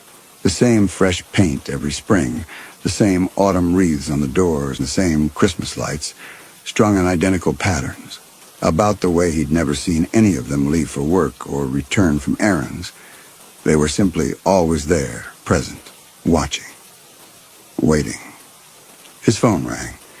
He picked it up absently, still thinking about the fence, about knots that looked like eyes. Dennis Cavanaugh. Mr. Cavanaugh, this is Brenda from St. Michael's Hospital. I'm calling about your wife. Ex-wife, Dennis corrected automatically. We're divorced. A pause. I'm sorry, our records show you're still listed as her emergency contact. Rachel Cavanaugh was admitted 3 hours ago. Dennis's heart stopped. What happened? Is she okay? I'm not at liberty to discuss details over the phone, but she's asking for you. Room 342. Visiting hours are until 8. The line went dead. Dennis stared at his computer screen, at the claim form with its neat boxes and checkboxes, at the way everything could be reduced to data and compensation. His hands were shaking. Rachel was in the hospital. Rachel, who disappeared 4 months ago, was in the hospital and asking for him. He grabbed his coat. St. Michael's was 40 minutes away in the city. Dennis drove on autopilot, his mind churning. How had she ended up there? Where had she been for 4 months? Why was she asking for him now, 2 days before Thanksgiving? The hospital was a maze of corridors and elevators. He found room 342 on the 3rd floor, the door slightly ajar. He knocked softly. Come in. It was Rachel's voice, but thinner, strained. He pushed the door open. She looked worse than he'd imagined. Her face was gaunt, her arms wrapped in bandages. An IV drip fed into her left hand, but her eyes were bright, alert, fixed on him with an intensity that made him stop in the doorway. Close the door, she said. He did. Rachel, what happened? Where have you been? Doesn't matter where I've been. I'm here now because I need to warn you. She struggled to sit up straighter. Dennis, you can't go to that dinner. How did you... I know about the invitation. They sent me one too 3 years ago. First Thanksgiving after we moved in. She gripped the edge of the hospital bed. I declined. I made excuses. And they waited. They're patient, Dennis. They have all the time in the world. Rachel, you're not making sense. Who are they? The neighbors, the street. The thing that lives in the foundations of those houses. She reached for his hand, and he let her take it, feeling how cold her fingers were. I tried to tell you. I tried to show you. But the house wouldn't let me. Every time I started to explain, the words would slip away, like trying to remember a dream. By the time I got the sentence out, it would be about something else entirely. Dennis thought about those last weeks, about Rachel's incomplete sentences, her strange non-sequiturs. You're saying the house controlled what you could say? Not just the house, the street, the covenant. She squeezed his hand tighter. I know how crazy this sounds. I know. But 3 days before I left, I managed to break free long enough to pack a bag. I was going to make you come with me. But when I went to your office to get you, they were there. Mrs. Holbrook was talking to your supervisor. Mr. Castellano was in the parking lot. They knew I was planning to run. Rachel. So I ran alone. I thought if I left, they'd focus on me, give you time to figure it out yourself. But I was wrong. They caught me before I even made it to the highway. Her voice dropped to a whisper. They brought me back to the house. Mrs. Holbrook's house. And they kept me there, Dennis. 4 months in that nursery, trying to break me, trying to make me part of them. But I wouldn't. I couldn't. Dennis felt the room tilt. This was madness. It had to be madness. But Rachel's eyes were clear, and her hand in his was real, and the bandages on her arms. How did you get out? I didn't. I'm still there. She smiled, but it was horrible. The smile of someone who'd learned to laugh at her own horror. This isn't real, Dennis. This is the house letting me warn you. This is your last chance to choose differently. The fluorescent lights flickered. Dennis looked up, then back at Rachel. Her face was fading, becoming translucent. And through her, he could see the hospital bed empty. "No," he said. "No, you're real. You're here." "I wish I was." Her voice was barely audible now. "Don't go to the dinner, Dennis. Don't go, don't go, don't." He blinked, and he was sitting at his desk, the phone still pressed to his ear, dial tone buzzing. His computer screen showed the same water damage claim. The clock on the wall read 2:47 p.m., the same time it had been when he'd picked up the phone. Dennis set the receiver down carefully, his hand trembling. A hallucination. A waking dream. Stress and grief and 4 months of barely sleeping manifesting as a vision of Rachel warning him about what exactly? Dinner with the neighbors? But his hand still felt cold where she'd gripped it. And when he looked down, he saw faint marks on his wrist, like fingerprints, like someone had been holding on desperately, trying not to slip away. He worked the rest of the day in a daze, processing claims mechanically, saying nothing to his coworkers. When 5 o'clock came, he drove home through streets that seemed subtly wrong. The angles of buildings not quite right, the traffic lights changing in patterns he couldn't predict.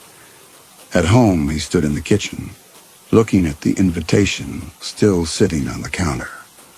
The cream-colored cardstock seemed to pulse faintly in the overhead light. Or maybe that was just his eyes, tired from too much screen time, too little sleep. He picked up the phone, dialed the hospital, asked for room 342. "I'm sorry," the receptionist said, "but we don't have anyone by that name admitted. Rachel Kavanaugh. She was admitted this afternoon."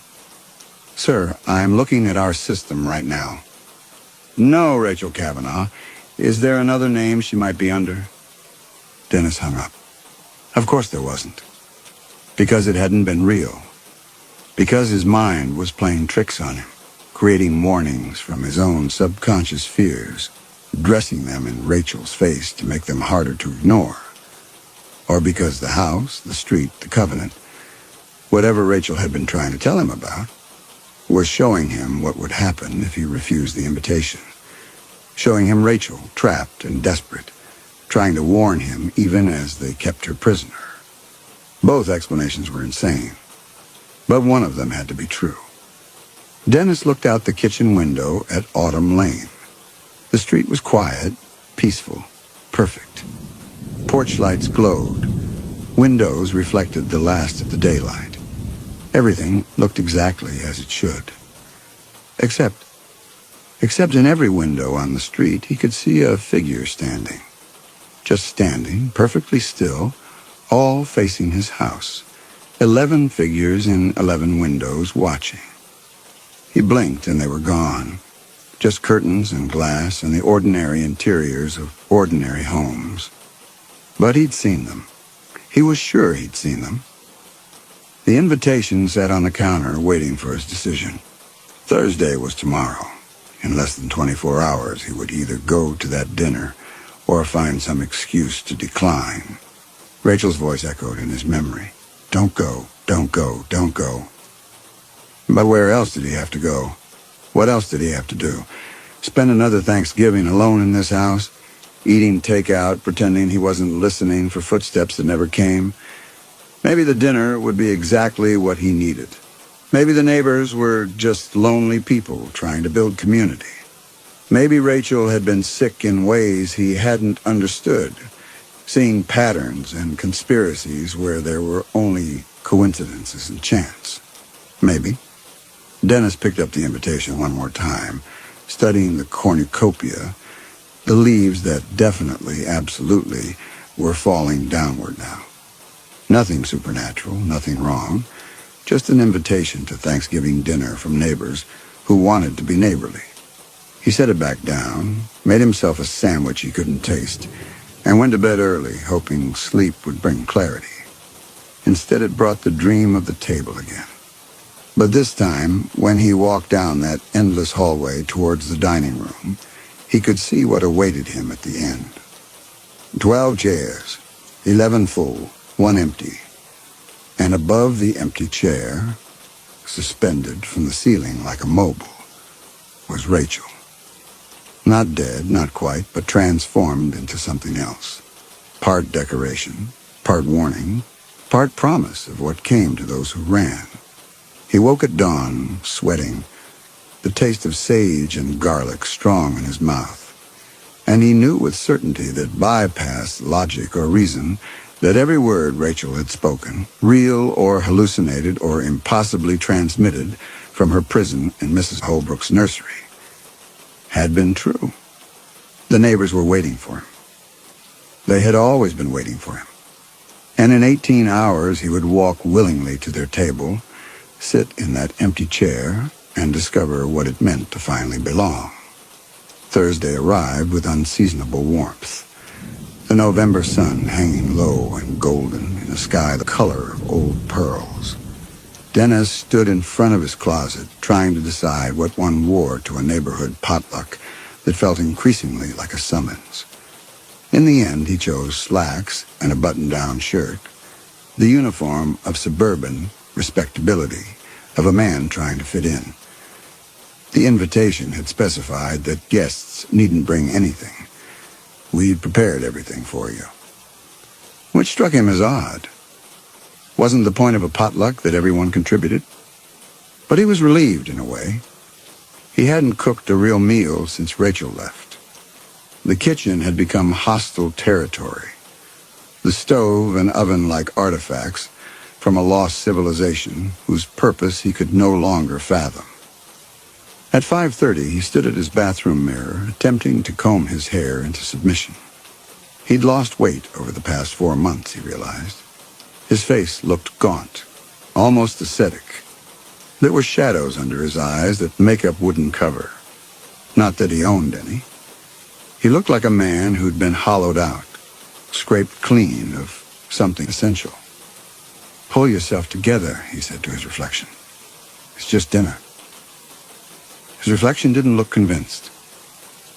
At 5 minutes to 6, Dennis locked his front door, checking it twice, then 3 times, a new compulsion he'd developed, and walked down the cracked pathway to the sidewalk. The evening air smelled wrong. Not bad precisely, but wrong, too sweet, too heavy. Like flowers left too long in a vase. Autumn Lane stretched before him, the identical houses on either side creating a corridor of manicured lawns and white picket fences that led to the cul-de-sac at the end. That's where the Holbrook house stood, the largest on the street, a Victorian revival that seemed to watch the neighborhood with dark, knowing windows.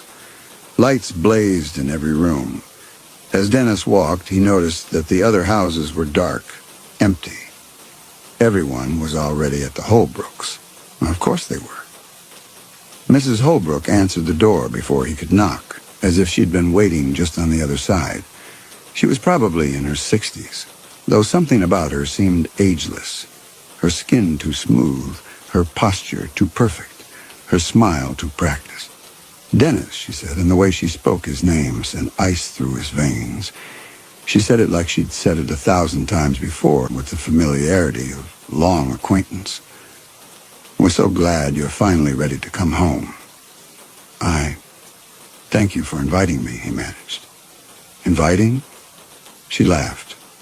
A sound like wind chimes in a breeze that never stopped. "Oh, Dennis, you've always been invited. You just weren't ready to accept. But now," she stepped aside, gesturing toward the interior. "Now you are." The entrance hall was decorated with autumn leaves and dried cornstalks, the aesthetic of harvest festivals and homecoming. But underneath the seasonal cheer, Dennis detected something else. An antiseptic smell, clinical and cold, like a hospital trying to mask the scent of sickness. Voices drifted from deeper in the house. Laughter. The clink of glasses. Normal sounds that felt utterly wrong. Mrs. Holbrook took his arm, her grip surprisingly strong. and led him through the hall toward the dining room. "Everyone's been so excited," she said. "It's been 3 years, you know. 3 years of watching, of waiting, of wondering if you'd ever understand. Rachel didn't. Poor thing. She resisted. But you're different, aren't you? You're ready to belong." "I don't understand," Dennis said. Though part of him, a part growing larger with each step, feared that he did. They entered the dining room, and Dennis stopped so abruptly that Mrs. Holbrook's grip on his arm tightened painfully. 11 people sat around a table that shouldn't have fit in the room, but did somehow, as if the space had expanded to accommodate it. Dennis recognized them all: the Castellanos, Mr. Pritchard, the Johnsons from 2 houses down, the Mercers, the Abbotts, the Quinns. All the neighbors he'd never really known, all watching him with expressions of what? Welcome? Hunger? Love? It was the last that disturbed him most. They looked at him with love. Dennis. Mr. Pritchard stood, raising a glass of wine that caught the candlelight and held it, glowing like liquid ruby. "The prodigal son returns." "Please sit," Mr. Castellano said, gesturing to the empty chair at the head of the table. "The place of honor, or the place of sacrifice." Dennis found himself moving forward, Mrs. Holbrook's hand still on his arm, guiding him to the seat. The chair was leather, worn smooth by countless bodies, shaped by use into a form that fit him perfectly. He sat, and 11 faces turned toward him, smiling. The table was laden with food, turkey, of course, golden and glistening. Bowls of mashed potatoes, their surfaces swirled into perfect peaks. Green bean casserole, the onions on top crispy and dark. Cranberry sauce jellied and quivering. Sweet potato casserole topped with pecans and marshmallows. Stuffing rich with herbs, gravy in a porcelain boat, steam rising from its surface. Rolls golden and pillowy. And at the center, a cornucopia. The same one from the invitation, spilling autumn leaves that seemed to writhe in the candlelight. "We've prepared all your favorites," Mrs. Johnson said. Her voice was warm, maternal, everything just the way you like it. I've never told you what I like," Dennis said. "We know," Mrs. Mercer said, smiling. "We've always known." The words hung in the air. Dennis's heart, which had been racing, seemed to slow, each beat distinct and painful. Mrs. Holbrook, now seated at the other end of the table, folded her hands. The candlelight caught her eyes, and for a moment they seemed to reflect no light at all. "Eat," she said softly. "We've waited so long." Dennis tried to stand, but found he couldn't. His body wouldn't respond. He could move his head, his hands, but rising from the chair was impossible, as if gravity had tripled its hold on him. "Don't be afraid," Mr. Quinn said. "You wanted to belong." "Rachel," Dennis whispered. "What did you do to her?" The neighbors exchanged glances, and something passed between them. An understanding, a memory, shared without words. "She ran," Mrs. Castellano said finally. "Some people run." "You won't," Mrs. Holbrook added. "You're not like her." The food on the table seemed to shimmer, and Dennis smelled it fully for the first time. His stomach clenched, because he recognized these dishes. The mashed potatoes had roasted garlic, Rachel's addition. The green beans were slightly overcooked and swimming in mushroom soup, the way his mother used to make them. The cranberry sauce had orange zest and a hint of cinnamon. A recipe from Rachel's grandmother. The stuffing was made with sourdough and Italian sausage. His father's recipe, the one Dennis had loved as a child. Dish after dish, each one a memory, each one a piece of his history that no one should have known. "How?" he asked. "Does it matter?" Mr. Pritchard said. "This isn't home," Dennis said. "It will be," Mrs. Holbrook said. The neighbors raised their glasses in unison, a practiced gesture they'd performed before. "How many times?" To family, they said together. Dennis looked down at his plate. Empty, white waiting. His hand moved without his conscious control, reaching for the serving spoon. His body was obeying some command he hadn't issued, some compulsion written into the air of this house, into the chair he sat in, into the moment he'd crossed the threshold. "Fight it," a voice said. Rachel's voice, thin and distant. Not a memory. Something trapped. Dennis, fight it. But his hand was scooping mashed potatoes onto his plate. The smell of roasted garlic filled his nostrils, and his mouth watered despite everything. His body wanted to eat, wanted to accept. The serving spoon moved to the turkey, slices of white meat falling onto his plate, then the green bean casserole, the cranberry sauce, the stuffing. His plate was filling, and he couldn't stop it. "You're doing beautifully," Mrs. Holbrook said. The cornucopia sat in the center of the table, its autumn leaves still moving, still spiraling upward. Dennis found himself staring at it, hypnotized. And in that motion he saw them, faces. Dozens of faces pressed against the inside of the cornucopia as if trapped behind glass. Men and women, all with the same expression of frozen horror, all with their mouths open in silent screams. "Please," he said. "I don't want this." "What you want," Mrs. Holbrook said, "has never mattered." His plate was almost full now. Only a few dishes remained. And at the end, a small dish he hadn't noticed before, something dark and glistening, served in a crystal bowl that seemed to pulse with inner light. His hand reached for it. Time became strange. Dennis's hand hung in the air, and the moment stretched. He could see everything with hyper-clarity, the candlelight reflecting off the crystal bowl, the condensation on the wine glasses, the slight movement of Mrs. Holbrook's chest as she breathed, if it was breathing. In this stretched moment, Dennis remembered his father. Fear, he'd said once, is just the body's way of telling you that you're about to learn something important. Dennis had avoided danger his whole life, avoided conflict, avoided anything that might mark him as unwanted. He'd made himself small and acceptable and ultimately invisible, even to himself. That's why they'd chosen him. Not because he was special, but because he was empty, a vessel waiting to be filled. Rachel had known. She'd stopped cooking, stopped filling the house with aromas because she'd realized that home had become a trap. The neighbors loved him. He could feel it. A twisted, consuming love that wanted to devour him, to obliterate the boundary between self and other. And he'd been ready to accept it. The serving spoon touched the crystal bowl. The substance inside quivered, writhing, alive. "Yes," the neighbors breathed. "Yes, Dennis, join us." And in that moment, Dennis made a choice.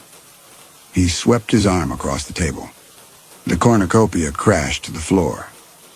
It shattered with a sound like screaming, like 100 voices releasing their breath at once. The autumn leaves scattered, and from the broken pieces poured photographs. Dozens of them, hundreds maybe, all showing the same scene. The table, the dinner, different people in the chairs, different faces wearing expressions of terror or resignation, but always the same table, always the same neighbors. And with each photograph that spilled out, the neighbors screamed. It was a sound Dennis would hear for the rest of his life. Not human, but the sound of something vast and ancient being torn apart, of a collective consciousness being forcibly separated. The neighbors clutched at themselves, at each other, their synchronized movements dissolving into chaos. Mrs. Holbrook collapsed. She was shaking, convulsing. They all were. "You broke it," she gasped. "You broke?" But the words dissolved into incoherent sobbing, into confusion, into something that might have been rage, or might have been grief, or might have been both. And then they were moving. Not collapsing into weeping acceptance. Moving toward him. Mr. Pritchard lunged first, his face twisted with panic, hands grasping. "Fix it," he said, his voice cracking. "Fix it, fix it, fix it." Dennis stumbled back, the chair crashing behind him. Mr. Castellano was on his feet now, too, moving with jerky, uncoordinated movements, like a puppet with tangled strings. "Put it back," he was saying over and over. "Put it back together, put it back."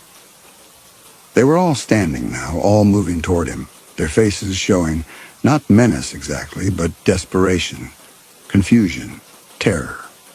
Like people waking from a decades-long dream into a nightmare of individuality they'd forgotten how to navigate. Mrs. Johnson grabbed his arm. Her grip was weak but insistent. "Please," she whispered. "I can't hear them anymore. I can't hear them. Make it stop. Make me hear them again." Dennis wrenched free, backing toward the door. But Mr. Quinn was blocking it, not threatening, just standing there, swaying slightly, his face blank with shock. "I don't understand," he was saying. "I don't understand who I am." "Move," Dennis said. Mr. Quinn just stared at him. And Dennis realized he was crying. They were all crying now, reaching for him with trembling hands, begging him to restore what he'd broken, to return them to the collective that had defined them for so long. "Please," Mrs. Holbrook said, crawling toward him, on hands and knees, too disoriented to stand. "Please, please, please put it back. We'll do anything, we'll let you go. Just put it back." Dennis pushed past Mr. Quinn into the hallway. Behind him he could hear them following. Not chasing exactly, but stumbling after him, their pleas dissolving into wordless sounds of loss and confusion. He ran. The stairs. He needed to reach the stairs, but which way? The hallway seemed to stretch and contract, the walls breathing. Behind him, the sounds of the neighbors. Sobbing, pleading, the shuffle of feet. They were coming, disoriented but desperate. A mob of broken people who'd forgotten how to exist separately. Dennis gripped the banister, steadying himself.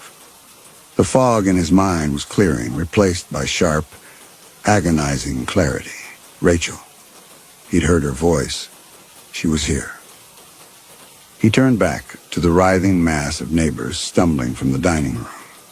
Mrs. Holbrook was on her knees in the hallway, clutching the door frame, her face streaked with tears. "Where is she?" Dennis shouted. "Where's Rachel?"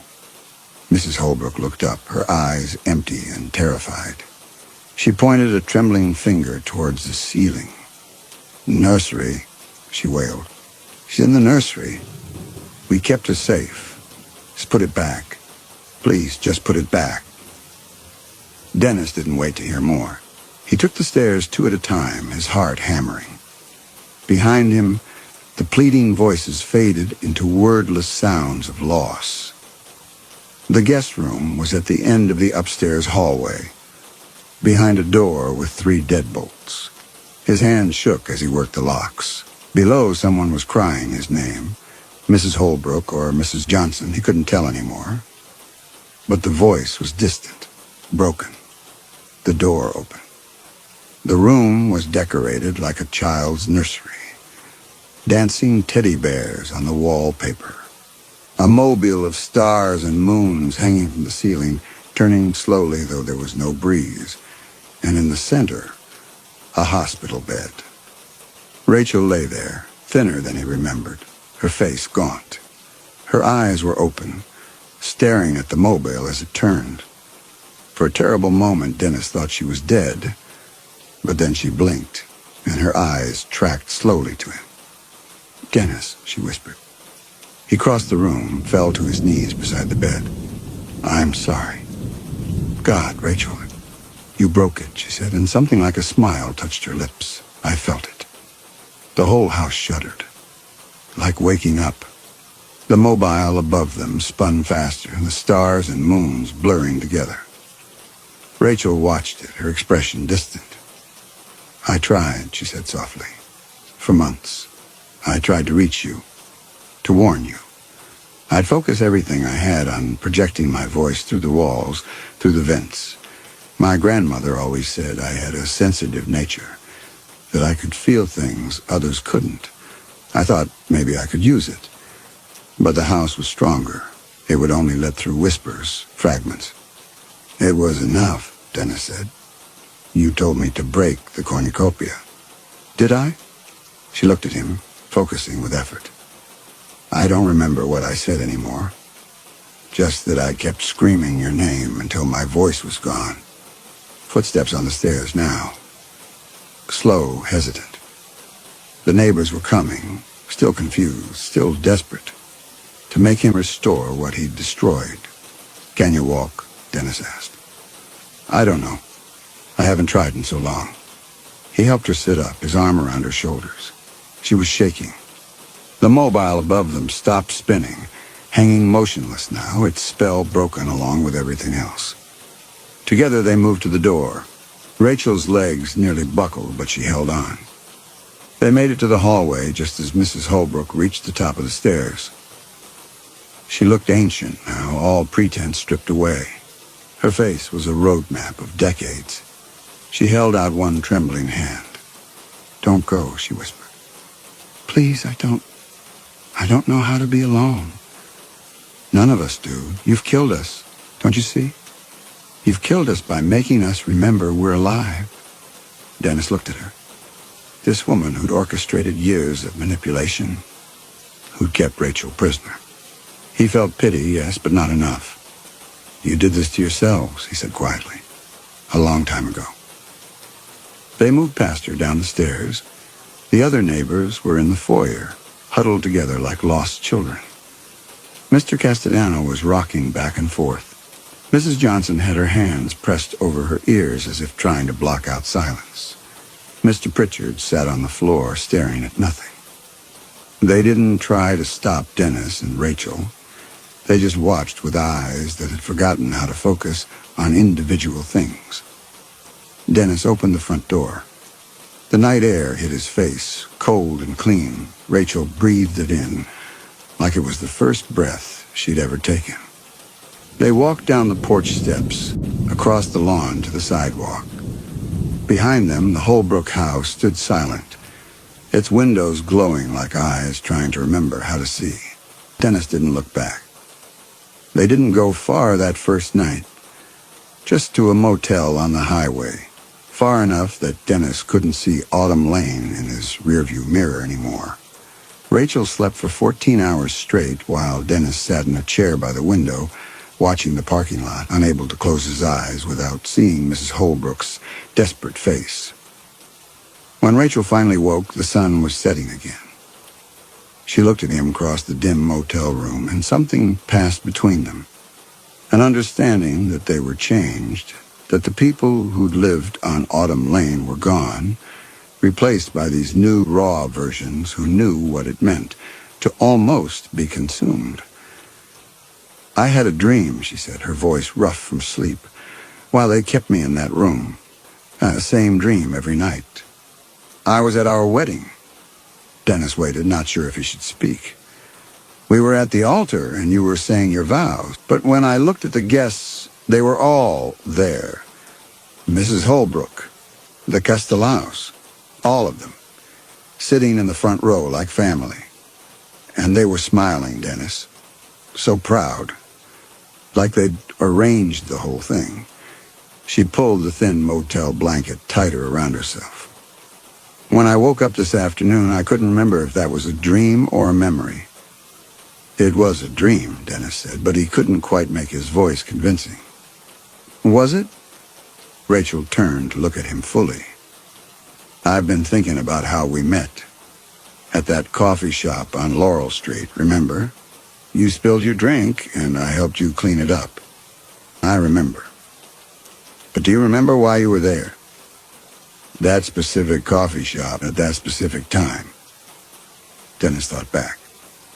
3 years ago, he'd been driving, looking for a place to work on his laptop because his internet was down at home. He'd passed 3 other coffee shops before stopping at that one. And when Rachel had asked him later why he'd chosen it, he'd said, "I don't know," he admitted. "It just felt right." "I was there because I'd gotten a call," Rachel said, "from a temp agency I'd never heard of, offering me a job interview nearby. When I showed up at the address, the building was empty. Had been for years. But there was a coffee shop on the corner, so I went in to call the agency back." She laughed, but it was hollow. The number was disconnected, like it had never existed. The motel room felt suddenly smaller. Dennis wanted to argue, to find rational explanations. People met by coincidence all the time. Temp agencies made mistakes. His internet had actually been down. He remembered calling the provider, being on hold for 40 minutes. Or did he remember that?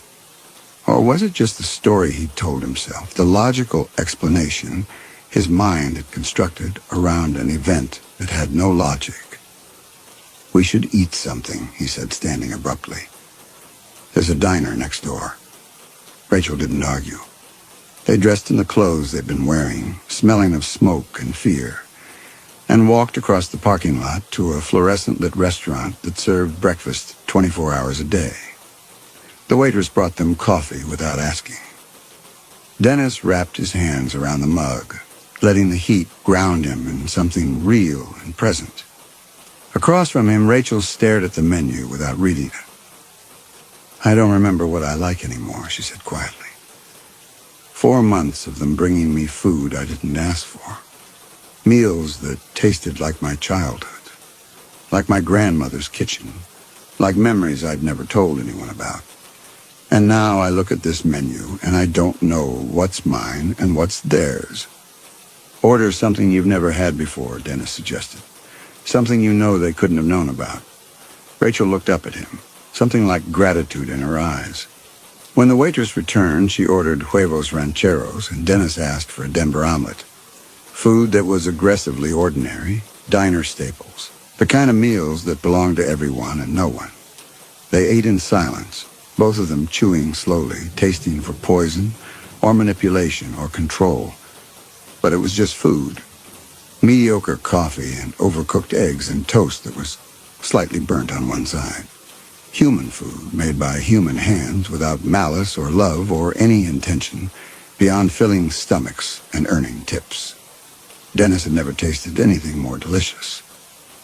"We need to go back," Rachel said when her plate was empty. "Not tonight. Not tomorrow, but soon." "Rachel, I know what you're going to say. That it's over, that we got out, that we should just leave and never look back. And maybe you're right. Maybe the smart thing is to run and keep running." She set down her fork, aligned it carefully with her knife, a gesture of control in a life that had spun so far beyond her grasp. "But I keep thinking about those photographs. All those faces. And I keep wondering, did any of them have families, people looking for them?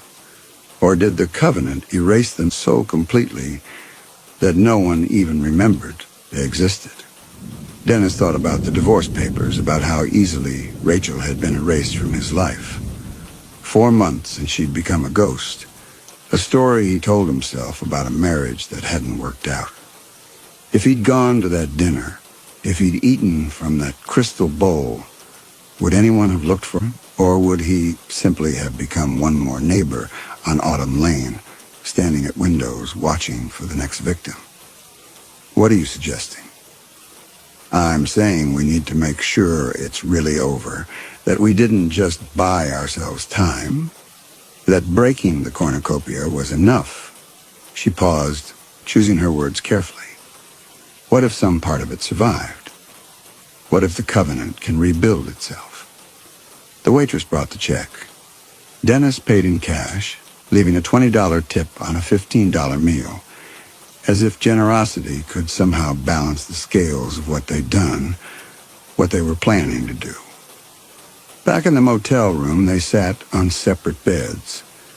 No discussion, just an understanding that proximity to another person, even a person you'd once loved, was too much after months of forced intimacy with horror.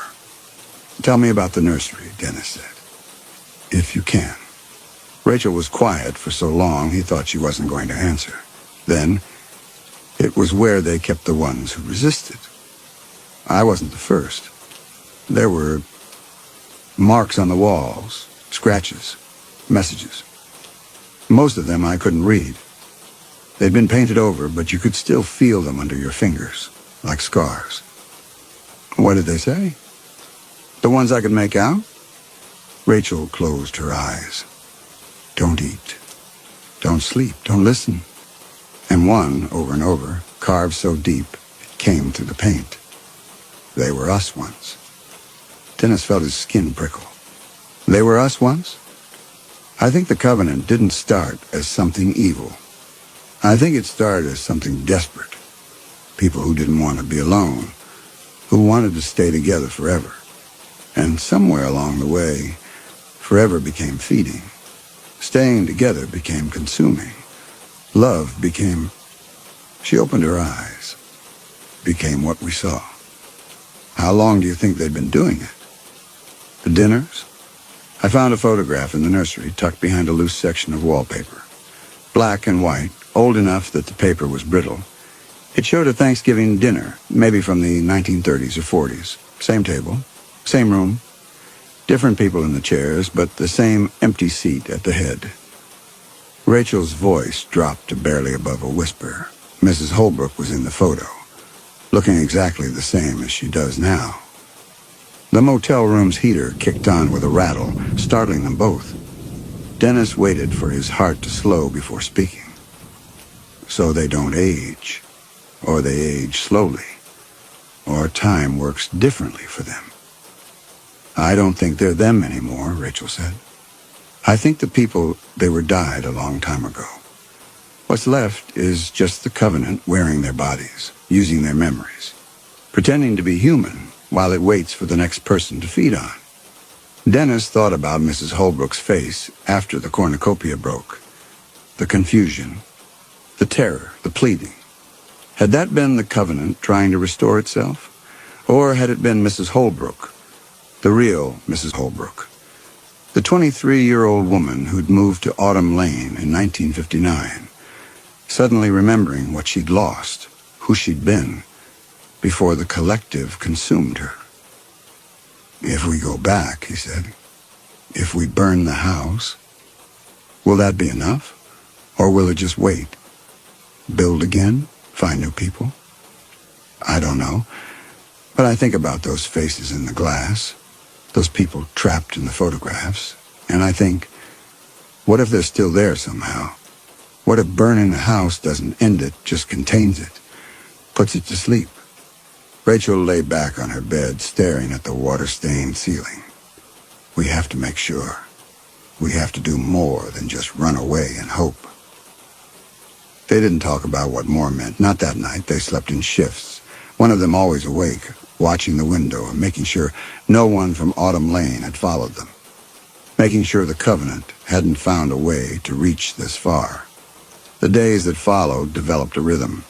Dennis called his office, claimed a family emergency, took vacation time he'd been hoarding for years. Rachel had no job to call, no life to put on hold. The Covenant had stolen 4 months from her, and she'd have to rebuild everything from scratch. They drove during the day, heading north without any particular destination in mind. At night, they stopped at different motels, never staying in the same place twice, and slowly, carefully, they talked about what had happened. Not in the way trauma victims are supposed to talk, with therapy and healing and closure, but in the way soldiers might talk after a battle, tactically, strategically, trying to understand the enemy so it could never surprise them again. Rachel told him about the first time Mrs. Holbrook had visited her in the nursery, how kind she'd been, how understanding, how she'd brought tea and cookies and sat on the edge of the hospital bed, stroking Rachel's hair like a mother, comforting a child. She told me it wouldn't hurt, Rachel said. That's what she kept saying. It won't hurt. You'll just go to sleep, and when you wake up, you'll be part of something beautiful, something that lasts. And the terrible thing is, Dennis, part of me wanted to believe her. Part of me wanted to just give in and stop fighting and let myself dissolve into whatever they were offering. But you didn't. No, because I kept thinking about you, about how you'd always been so careful, so controlled, so determined never to be vulnerable. And I thought, if I give in, if I let them take me, then you'll never learn to resist. You'll walk right into their trap because you'll think it's what I would have wanted. She smiled sadly. I stayed myself for you, Dennis, even though you'd already signed the divorce papers, even though you thought I'd abandoned you. I held on because I knew eventually they'd invite you to dinner, and I had to be there somewhere fighting back, so you'd know it was possible. Dennis couldn't speak, couldn't find words adequate to the weight of what she'd done. On the 7th day, as they sat in yet another anonymous diner eating yet another forgettable meal, Rachel said, I'm ready. Let's go back. And Dennis, who'd been dreading this moment and longing for it in equal measure, said, okay, tonight. They drove south through the afternoon, watching the landscape change from generic American highway to the specific flora and architecture of Louisiana. The air grew heavier, warmer, even though it was late November. Everything felt more alive here, more conscious. Or maybe that was just their fear, painting menace onto ordinary geography. They reached Autumn Lane at 3 in the morning. The street was darker than Dennis remembered, as if several of the street lights had burned out and no one had bothered to replace them. The houses had a neglected look. Lawns overgrown, paint peeling, windows blank and lifeless. But the Holbrook house stood as it always had, Victorian and imposing, at the end of the cul-de-sac. Dark now, but not abandoned. Never abandoned. They parked 2 blocks away, as they had before, and walked through the sleeping neighborhood carrying 4 bottles of lighter fluid and a box of matches. Simple tools for a simple purpose. This time they'd come prepared. The front door was unlocked. Inside, the smell was overwhelming. Not rot this time, but something worse. Something living that shouldn't be. The smell of growth without sunlight, of flesh without blood, of persistence beyond death. They didn't speak as they moved through the house, pouring lighter fluid on everything that would burn. The curtains, the furniture, the walls. Dennis worked through the first floor while Rachel took the kitchen, both of them moving with the methodical efficiency of people who'd rehearsed this moment in their minds 100 times. When the first 2 bottles were empty, they met at the base of the staircase. Ready? Rachel asked. Dennis nodded. They climbed together, each carrying one of the remaining bottles. The second floor was darker than the first, the air heavier, as if the house's malevolence concentrated here, in the rooms where transformation happened. Dennis found the nursery door standing open. The room looked different than he remembered. The teddy bears on the wallpaper had changed position, as if they'd been moving when the house was empty, redecorating themselves for the next prisoner. The mobile hung motionless, its stars and moons perfectly aligned, waiting. Behind the wallpaper, Dennis could see the marks Rachel had mentioned. Shadows of words barely visible, but there, if you knew to look. He traced one with his finger. They were us once. This room most of all, Rachel said from the doorway, her voice tight. Dennis emptied his entire bottle onto the nursery floor, watching it pool and spread, soaking into the carpet, the walls, the very bones of the house. Rachel did the same, creating a lake of accelerant that would burn hot and long, turning this chamber of transformation into an inferno. They walked backwards out of the room together, Dennis dragging his foot through the lighter fluid to create a trail, a fuse that would carry fire from the entrance hall to this cursed space. They stood one last time in the foyer of the Holbrook house. The The smell of lighter fluid mixed with that other smell, that living, dead smell, creating something nauseating and final. "Any last words?" Rachel asked, and she almost smiled. "Yeah," Dennis said. "Don't come back." He struck the match. The fire caught immediately, racing up the curtains with hungry enthusiasm. Within seconds, flames were climbing the walls, finding purchase in decades of dust and varnish. The smell changed. Lighter fluid giving way to burning wood, old tar, the acrid scent of melting plastic, and synthetic fabrics. They ran. Outside, they stood across the street, arms around each other, watching the Holbrook house burn. The fire moved with systematic efficiency, breaking windows, consuming rooms, sending smoke spiraling into the pre-dawn sky.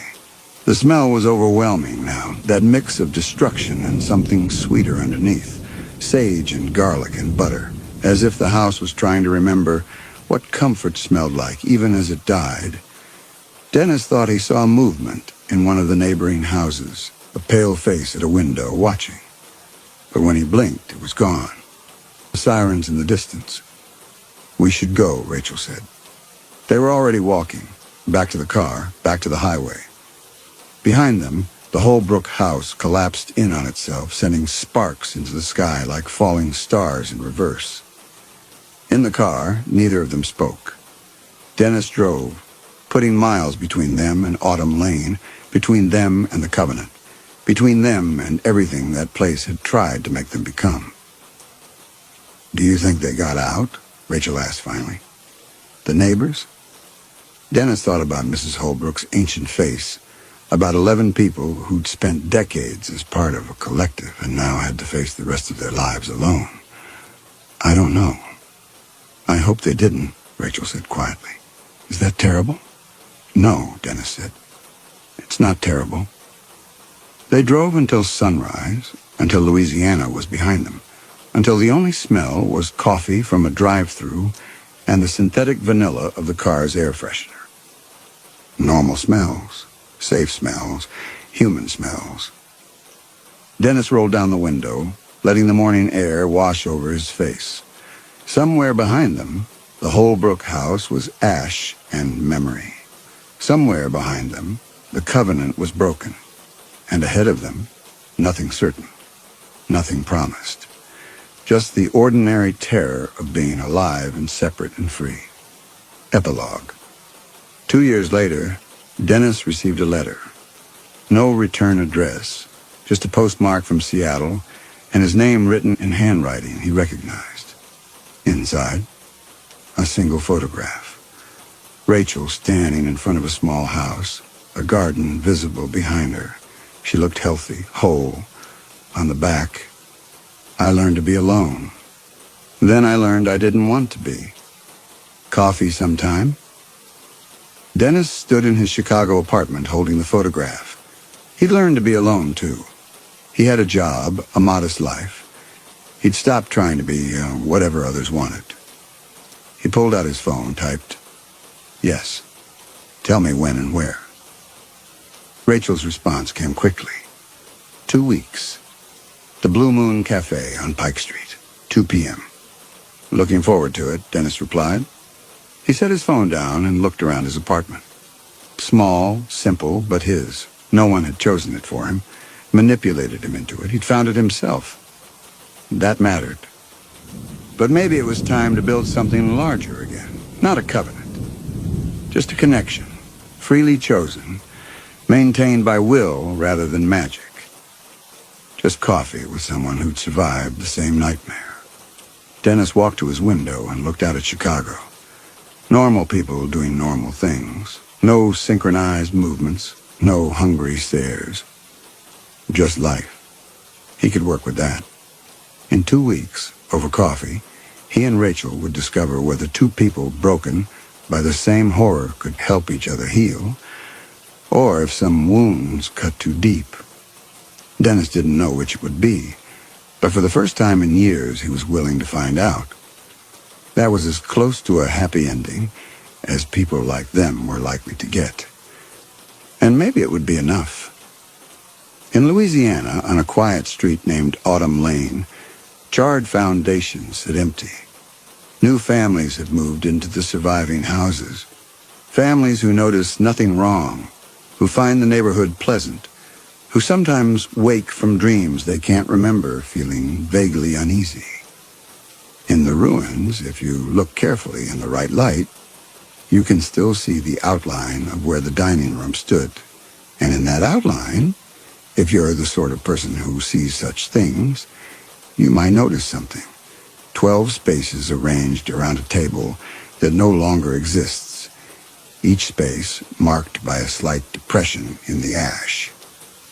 Each depression exactly the size and shape of a person sitting down, waiting. The covenant is broken.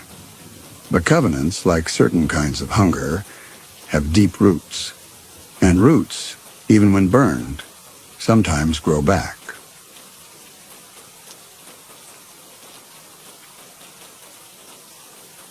Story 4. Mark had always known he would end up in the basement. Not known precisely. That suggested certainty. Facts verified and accepted. Rather, he had carried the knowledge the way one carries the memory of a childhood home. Imperfectly. With certain rooms clearer than others, certain doorways leading to spaces that shouldn't exist, but somehow did. The basement had always been waiting. That much seemed obvious now, sitting at the card table with its uneven legs, one corner propped on what appeared to be a 1987 phone book, yellow and swollen with moisture. The Donovan family reunion happened every November, had always happened every November, would presumably continue happening every November, until the last Donovan forgot why they gathered or where they were supposed to go. Mark's mother had called him 3 times to confirm he was coming, her voice taking on that particular frequency of anxiety that meant she had already told everyone he would be there, and his absence would reflect poorly on her ability to manage her adult son. He was 30 years old. He had a mortgage, a job title that sounded more impressive than it felt, an apartment where he lived alone and told himself he preferred it that way. He had not missed the family reunion since when?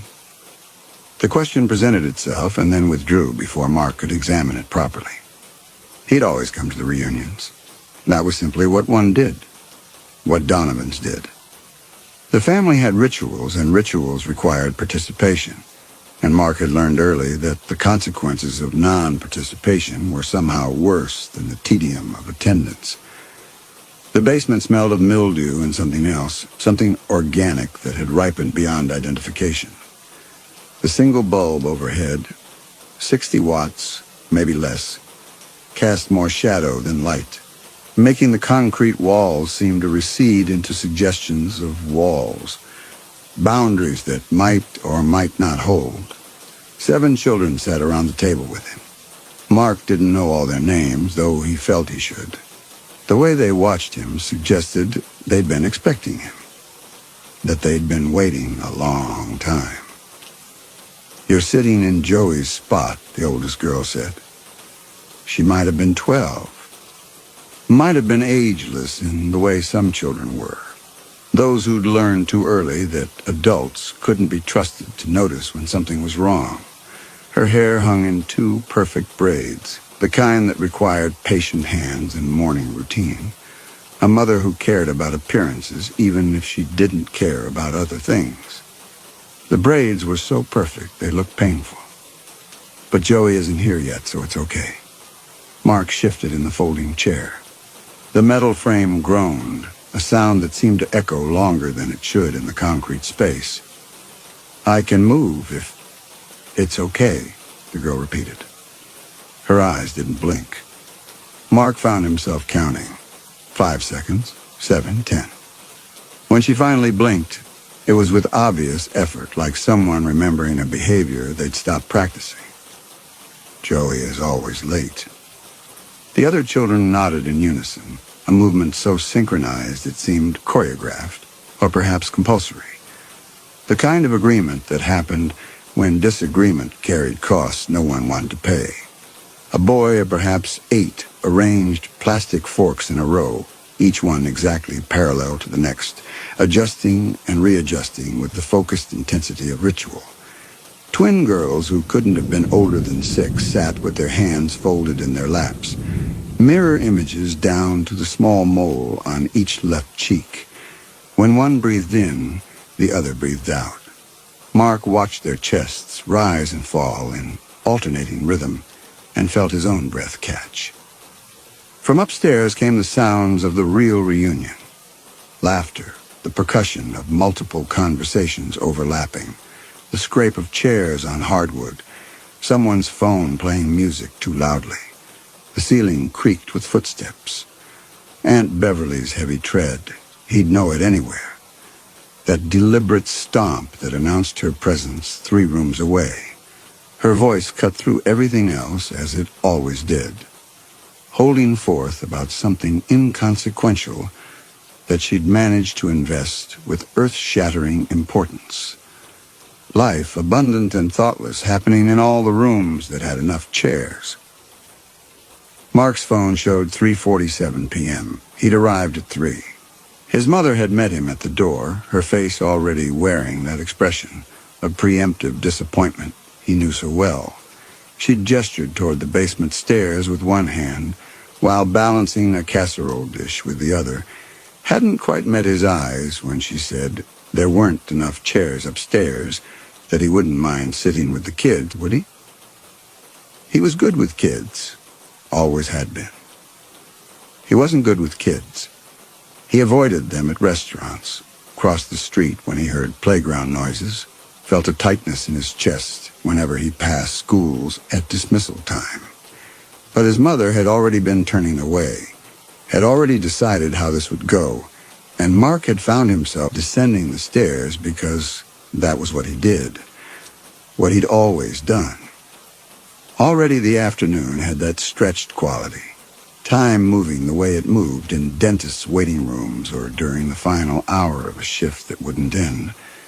The kind of time that made you check your watch and find that only 3 minutes had passed when you were certain it had been 20. "We're not supposed to go upstairs yet," the oldest girl said. She might have been answering a question Mark hadn't asked, or she might have been stating a rule he was expected to have already known. One of those unspoken family edicts that everyone somehow understood without being told. Not until it's time. Time for what? Dinner. She gestured at the empty table, the paper plates still sealed in their plastic wrap, the stack of napkins beginning to yellow at the edges as if they'd been waiting here for months. "We always have dinner down here. It's nicer." Nothing about the basement suggested niceness. The floor was concrete, painted gray, the paint chipping away to reveal older paint underneath. Green, then yellow, then what might have been white. Layers of failed attempts to make the space habitable. In the corner, a dehumidifier sat silent and unplugged, its water reservoir clouded with sediment and something that might have been algae or might have been worse. The walls bore the marks of previous furniture arrangements, darker rectangles where shelves had once stood, holes where nails had been driven and removed and driven again, nail holes clustered so thickly in some spots that the drywall looked diseased. Someone had started to finish the space once. Drywall installed but not taped, insulation visible through gaps, drop ceiling tiles that covered only half the area and left the rest exposed to pipes and ductwork and the raw bones of the house. The effort had been abandoned mid-project, the way so many things in this family were abandoned. Started with enthusiasm, continued with obligation, finally surrendered to with relief. Mark stood. The folding chair scraped against concrete, a sound that made all the children flinch in unison. "I'm going to get some water." "There's water down here," a small boy said. He pointed to a metal utility sink in the corner, its basin stained rust orange, the faucet dripping with metronomic persistence. A sound Mark only now realized he'd been hearing since he sat down. "We drink from there." The thought of drinking from that sink made Mark's throat close. He could see the ring of grime around the drain, could see things growing in the damp shadows beneath the basin. "I'll just run upstairs for a minute." "Oh, and the door's locked," the oldest girl said. Mark was already halfway to the stairs, his body moving with the automatic assumption of access that defined adult life. Doors open, rooms connected. Space was traversable. Rights he'd earned by surviving childhood, by growing into someone who could lock doors rather than be locked behind them. His hand found the knob. He turned it. The door didn't open. "It locks from the outside," the girl continued.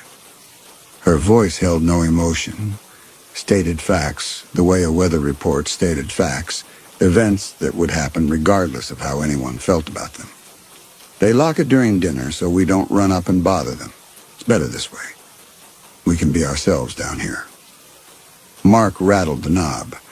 The door was solid wood, old enough to be real wood rather than the hollow core substitutes modern construction favored, heavy enough to muffle sound, strong enough to withstand anything that might want to break through from either side. The lock was the kind that needed a key on both sides, the kind fire inspectors frowned upon because they created death traps in emergencies, turned rooms into cages when seconds mattered. He could see light at the bottom of the door, the warm glow of the kitchen beyond, could hear his cousin Derek laughing at something. That particular bark of laughter Derek had perfected in high school and never updated. The laugh of someone who'd peaked at 17 and spent every year since trying to recapture it. Mark could picture him up there, beer in hand, telling the same stories about the same football game, performing the same tired masculinity for an audience that had stopped being impressed 20 years ago. "Hey," Mark called. His voice sounded strange in the basement, flattened somehow, as if the concrete absorbed sound the way it absorbed light. "Hey, the door's locked." The conversation upstairs continued without pause. Someone told a joke. Multiple people laughed. Glass clinked against glass. "They can't hear you," one of the twins said. Her hands trembled slightly in her lap, fingers knotting and unknotting. "Or they can hear you, but they don't listen. It's the same thing, really." Mark knocked, then pounded. His fists against the wood produced a dull thud that should have carried, should have interrupted someone's conversation, should have prompted his mother to say something about patience, about waiting, about proper behavior at family gatherings. That script she'd perfected over years of managing him, managing the family's perception of him, managing the gap between the son she'd wanted and the son she'd gotten. Nothing changed upstairs. The conversation continued. Laughter came and went. Footsteps moved from room to room with the easy confidence of people who'd never been locked anywhere. Mark knocked harder. His knuckles began to ache. He pounded until his fist went numb, until the dull thud became the only sound he could hear, the rhythm of his own desperation echoing back to him from the concrete walls. "You have to wait until they're ready," the oldest girl said. She had produced a worn deck of cards from somewhere and was shuffling them with practiced ease, the cards whispering against each other in the way cards did when they'd been handled thousands of times, their edges soft, their faces marked with the oils of countless fingers. Her hands shook. The cards slipped, fanning across the table, and she gathered them quickly, as if embarrassed, as if the display of imperfect control had revealed something she'd meant to keep hidden. "They're always ready eventually. We just have to be good until then." Mark returned to the table because there was nowhere else to go. The basement had no other exits. He could see that now, scanning the space with the methodical attention of someone looking for escape routes. One staircase, one door, no windows. The windows had been filled in at some point, concrete poured into their frames, leaving a rectangular depressions in the walls where light should have entered but couldn't anymore. He'd been in this basement before. Of course he had. The reunion was always at Aunt Beverly's house, had always been at Aunt Beverly's house, would presumably always be at Aunt Beverly's house until she died, or the house fell down, or the family finally splintered into groups too small to call a reunion. Mark had been here for every November gathering since... Since when? The question was back, more insistent now. He could remember last year's reunion, could remember the year before that, could trace backward through a chain of identical Octobers, each one blurring into the next. Faces aging and changing, but the basement always the same, always the card table. Always the concrete floor. Always the light that wasn't quite bright enough. But when had he first come here? When had he first been sent to the basement? The memory wouldn't form, or it formed and then dissolved, like something seen through water. The children watched him sit. The smallest boy was crying silently, tears tracking down his face, his mouth open in a soundless sob that spoke of practice, of learned silence. His sister. Mark thought they might be siblings. They had the same narrow face, the same dark eyes. Put a hand on his arm. He flinched but didn't pull away. The touch seemed to cost both of them something. "We're going to play a game," the oldest girl announced. Her voice was steadier than her hands, pitched with artificial brightness, the kind of cheer that television hosts used when pretending enthusiasm for their own shows. "The feeder likes it when we play games." Mark's throat constricted. The temperature in the basement seemed to drop, though he couldn't have said whether the change was real or imagined, whether his skin was actually prickling, or whether his body was simply responding to the wrongness of that name spoken in this space. Who? The feeder. She dealt cards with mechanical precision. 7 cards to each child, 7 cards to Mark. Her movements so practiced they seemed automatic. A card slipped from her fingers, fluttered to the floor face up. The Queen of Hearts, her smile frozen and beatific. The girl didn't pick it up, dealt the next card as if nothing had happened. "You'll meet him at dinner. Everyone meets him at dinner." The boy who had been arranging forks spoke without looking up. His voice was flat, rehearsed, the voice of someone reciting something they'd been told to memorize. "The feeder decides when you're ready." "Ready for what?" "To grow up." The boy adjusted a fork, moving it a millimeter to the left. His knuckles were white with pressure. The skin pulled tight over small bones. You can't leave the kid's table until you grow up. There was a logic to this that Mark couldn't quite grasp, a rule system that operated on principles he'd once understood but had forgotten, or had never been allowed to learn. The children spoke of the feeder the way children spoke of Santa Claus or the Tooth Fairy, with belief that was partly performance and partly genuine, the kind of belief that persisted because disbelief carried consequences they didn't want to test. "I'm 30 years old," Mark said. The words sounded hollow even as he spoke them. "I'm already grown up." The oldest girl looked at him with something that might have been pity. "Then why are you at the kids' table?" The question had no answer Mark could articulate. Or it had too many answers, all of them leading to places he didn't want to go. Because his mother had told him to sit here. Because there weren't enough chairs upstairs. Because at some point, in ways he couldn't quite track, he'd become the kind of adult who still did what his mother told him to do, who still arranged his life around her approval, who still showed up to family reunions he didn't want to attend because not showing up would mean having the conversation about why not.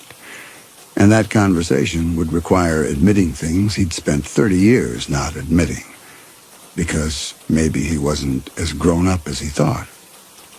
The card game had no rules Mark could discern. The children played with grim determination, slapping cards down in sequences that might have been random, or might have followed logic too complex for Mark to grasp, or might have been following rules that changed with each hand, arbitrary guidelines that existed only to be violated. No one won. No one seemed to expect to win. They simply played, and when the deck ran out, the oldest girl gathered all the cards, slowly, carefully, as if they were artifacts that might crumble under rough handling, and shuffled again. This time she dropped 3 cards. She left them where they fell, face down on the concrete, as if retrieving them would break some protocol more important than the game itself. Time passed in that peculiar basement way. Mark's phone showed 4:15, then 4:17, then somehow 4:12. The numbers made no sense, time folding back on itself, or the phone's internal clock dying in stages, losing its grip on sequence. He watched the display flicker, watched the battery percentage jump from 12% to 3% to 47%. Watched the date change from November to July to a year that hadn't happened yet. Then the screen went black. Just alive and then not alive, like a switch had been thrown. He pressed the power button repeatedly, uselessly, the way people did when they needed the illusion of control more than they needed the device to function. The light overhead flickered twice, settled into a dimmer glow that turned the children's faces into masks of shadow and angles, then brightened again to something almost, but not quite, its original intensity. The bulb was dying slowly, Mark thought, or had been dying for a long time, or would continue dying forever without quite going out. Upstairs, the sounds of the reunion continued. The same laughter, the same conversations, the same scraping of chairs that never quite resolved into people actually moving. Mark listened for individual voices, tried to isolate his mother's particular cadence or Aunt Beverly's braying volume, but the sounds had merged into a single, undifferentiated drone, white noise that could have been conversation, or could have been something playing on a loop, the audio track of a gathering that might or might not still be happening. "I need to use the bathroom," Mark said.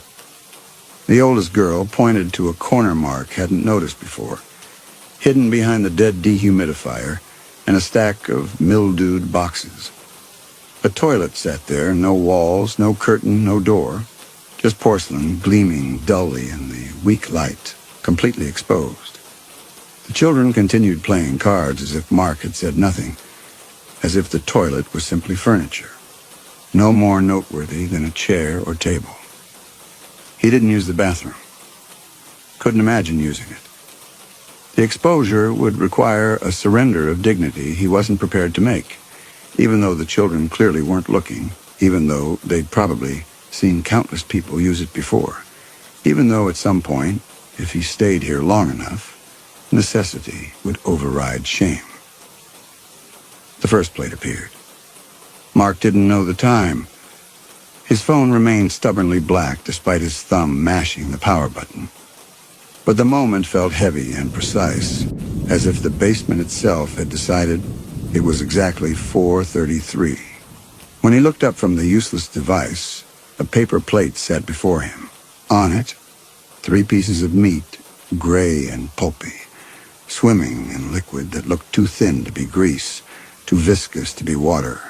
The meat smelled of wet ash and copper, the smell of things that had burned and then been doused, organic matter that had undergone transformation into something between cooked and raw, alive and dead. He hadn't heard anyone on the stairs. The door hadn't opened. The sound of it would have carried that particular creak of old hinges, the groan of wood settling in its frame. Mark had been listening for that sound, hoping for it, and it hadn't come.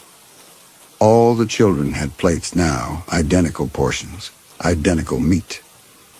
They began eating with their plastic forks, chewing slowly, methodically, their eyes fixed on their food with the concentration of people who didn't want to think about what they were putting in their mouths. The smallest boy gagged on his first bite, his throat working convulsively. His sister whispered something Mark couldn't hear, her lips barely moving. The boy kept chewing, kept swallowing, kept eating. "I'm not hungry," Mark said. "You have to eat." The oldest girl's voice cracked. She cleared her throat, tried again. "The feeder wants us to eat. He works very hard on dinner." The meat smelled wrong in ways that made Mark's hindbrain fire warnings he couldn't translate into conscious thought. Meat was supposed to smell of cooked fat, of char or seasoning, or at least the neutral scent of protein heated past the point of bacterial risk. This smelled of cold storage, of stasis, of time passing in the absence of decay. This smelled like something that had been dead for too long, and not long enough, caught in some intermediate state where rot hadn't quite claimed it, but life had definitely fled. Mark's stomach lurched, not from hunger. He couldn't remember the last time he'd felt hungry, couldn't remember breakfast or lunch or any meal before this one. His stomach lurched from recognition, from some cellular knowledge that what sat on the plate was wrong, was not. Food was something that should be refused on principles so deep they preceded language. "I'll wait for whatever the adults are eating," he said. "There is no later." One of the twins spoke for the first time, her voice barely above a whisper, each word enunciated with careful precision, as if speaking required all her concentration. "There's only now at the kids' table." Her sister leaned forward slightly. "Mommy says it's rude not to eat what's on your plate." The words came out in a sing-song, a phrase repeated so many times it had lost all meaning except as reflex, a rule that had outlived the person who made it. Mark pushed the plate away. It slid perhaps an inch, then stopped as if adhered to something, as if the table itself had grown fingers to hold it in place. The children kept eating. The sound of their chewing filled the basement, wet, rhythmic, somehow synchronized.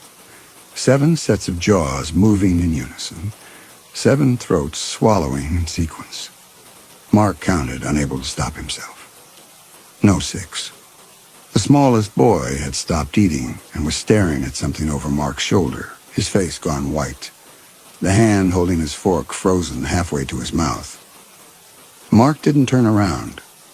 Some instinct older than reason told him not to look, told him that whatever stood behind him was better left unseen, that seeing it would cost him something he couldn't afford to lose.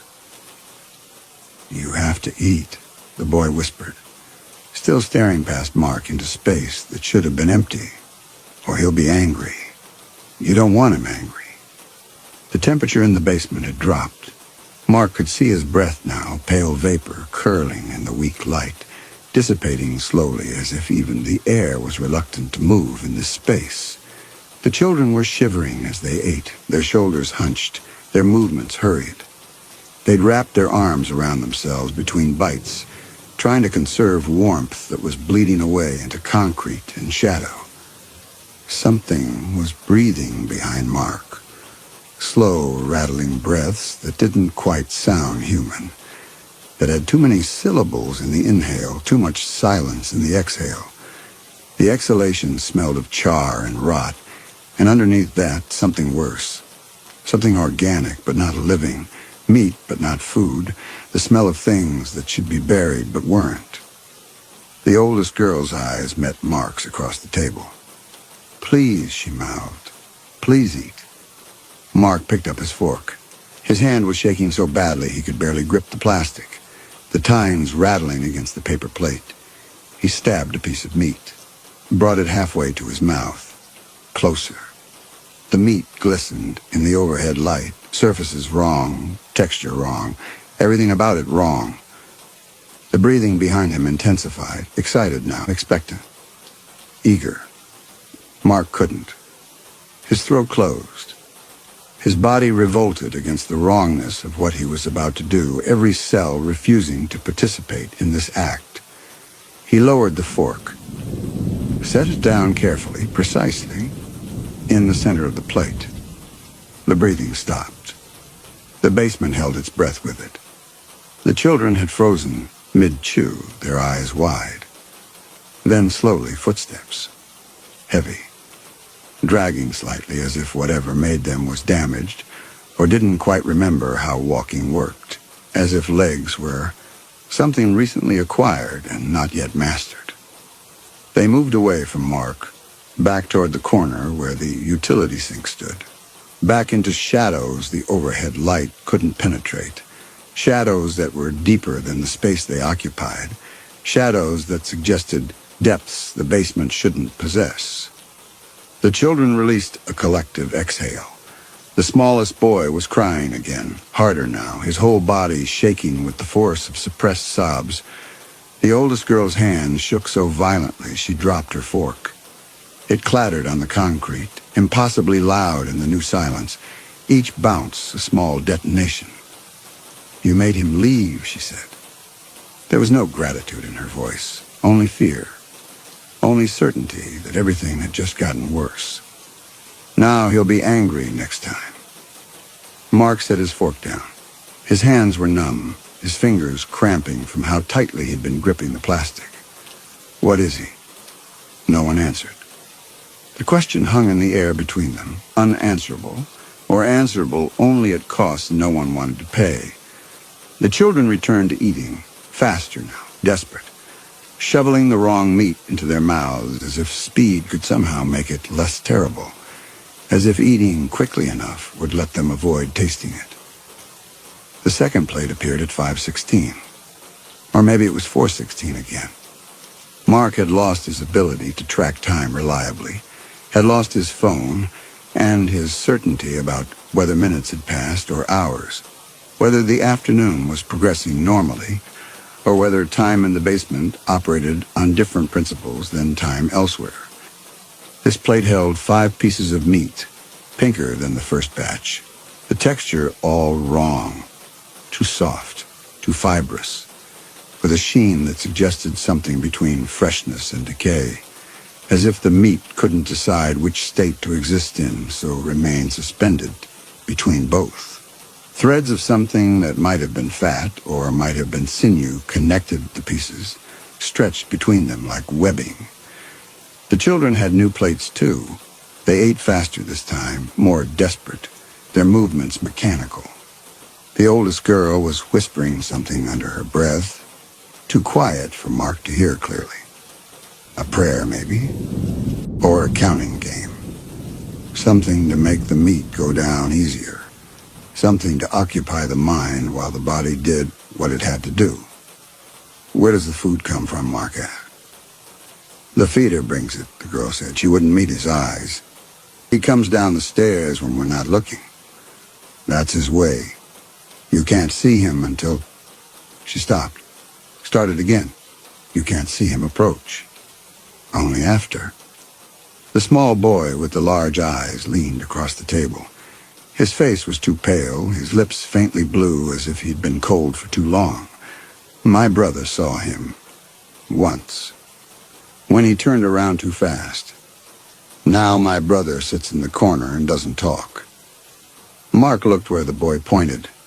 He'd somehow failed to notice the figure in the corner, a teenage boy, and maybe 16, sitting on the concrete floor with his knees drawn to his chest. The boy's eyes were open but focused on nothing, pupils dilated wide, seeing things that weren't in this basement, or perhaps seeing nothing at all, vision turned inward to scenes that wouldn't stop playing.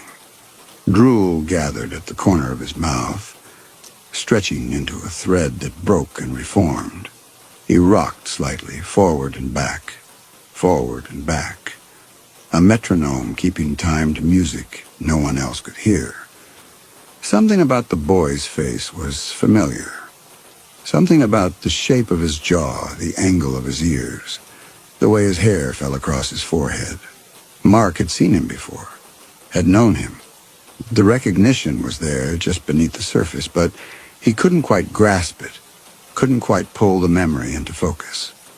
"That's Trevor," the oldest girl said. "Don't look at him too long. It makes him upset." Trevor. The name meant something. Trevor who? Trevor from where? Trevor who had done what, been what, mattered why. The questions formed but found no answers, hit dead ends in Mark's memory where connections should have existed but didn't. Mark stood again. The chair fell backward this time, metal clattering on concrete, the sound sharp and violent in the enclosed space. He crossed to the stairs in 4 strides, took them 2 at a time, his feet finding purchase on wood worn smooth by decades of use. His shoulder hit the door. Pain bloomed bright and immediate, stars bursting across his vision. The door didn't budge, didn't even rattle in its frame. Hello? His voice cracked, broke into registers he hadn't heard from his throat since adolescence. Mom? Derek? Aunt Beverly? Someone opened the door. The reunion continued above. Now someone was singing, badly, a birthday song perhaps, or just a song that had the cadence of celebration, voices joined in that particular kind of group singing, where no one was quite on key, but everyone was committed to the performance. Feet stomped in rhythm, the ceiling shook.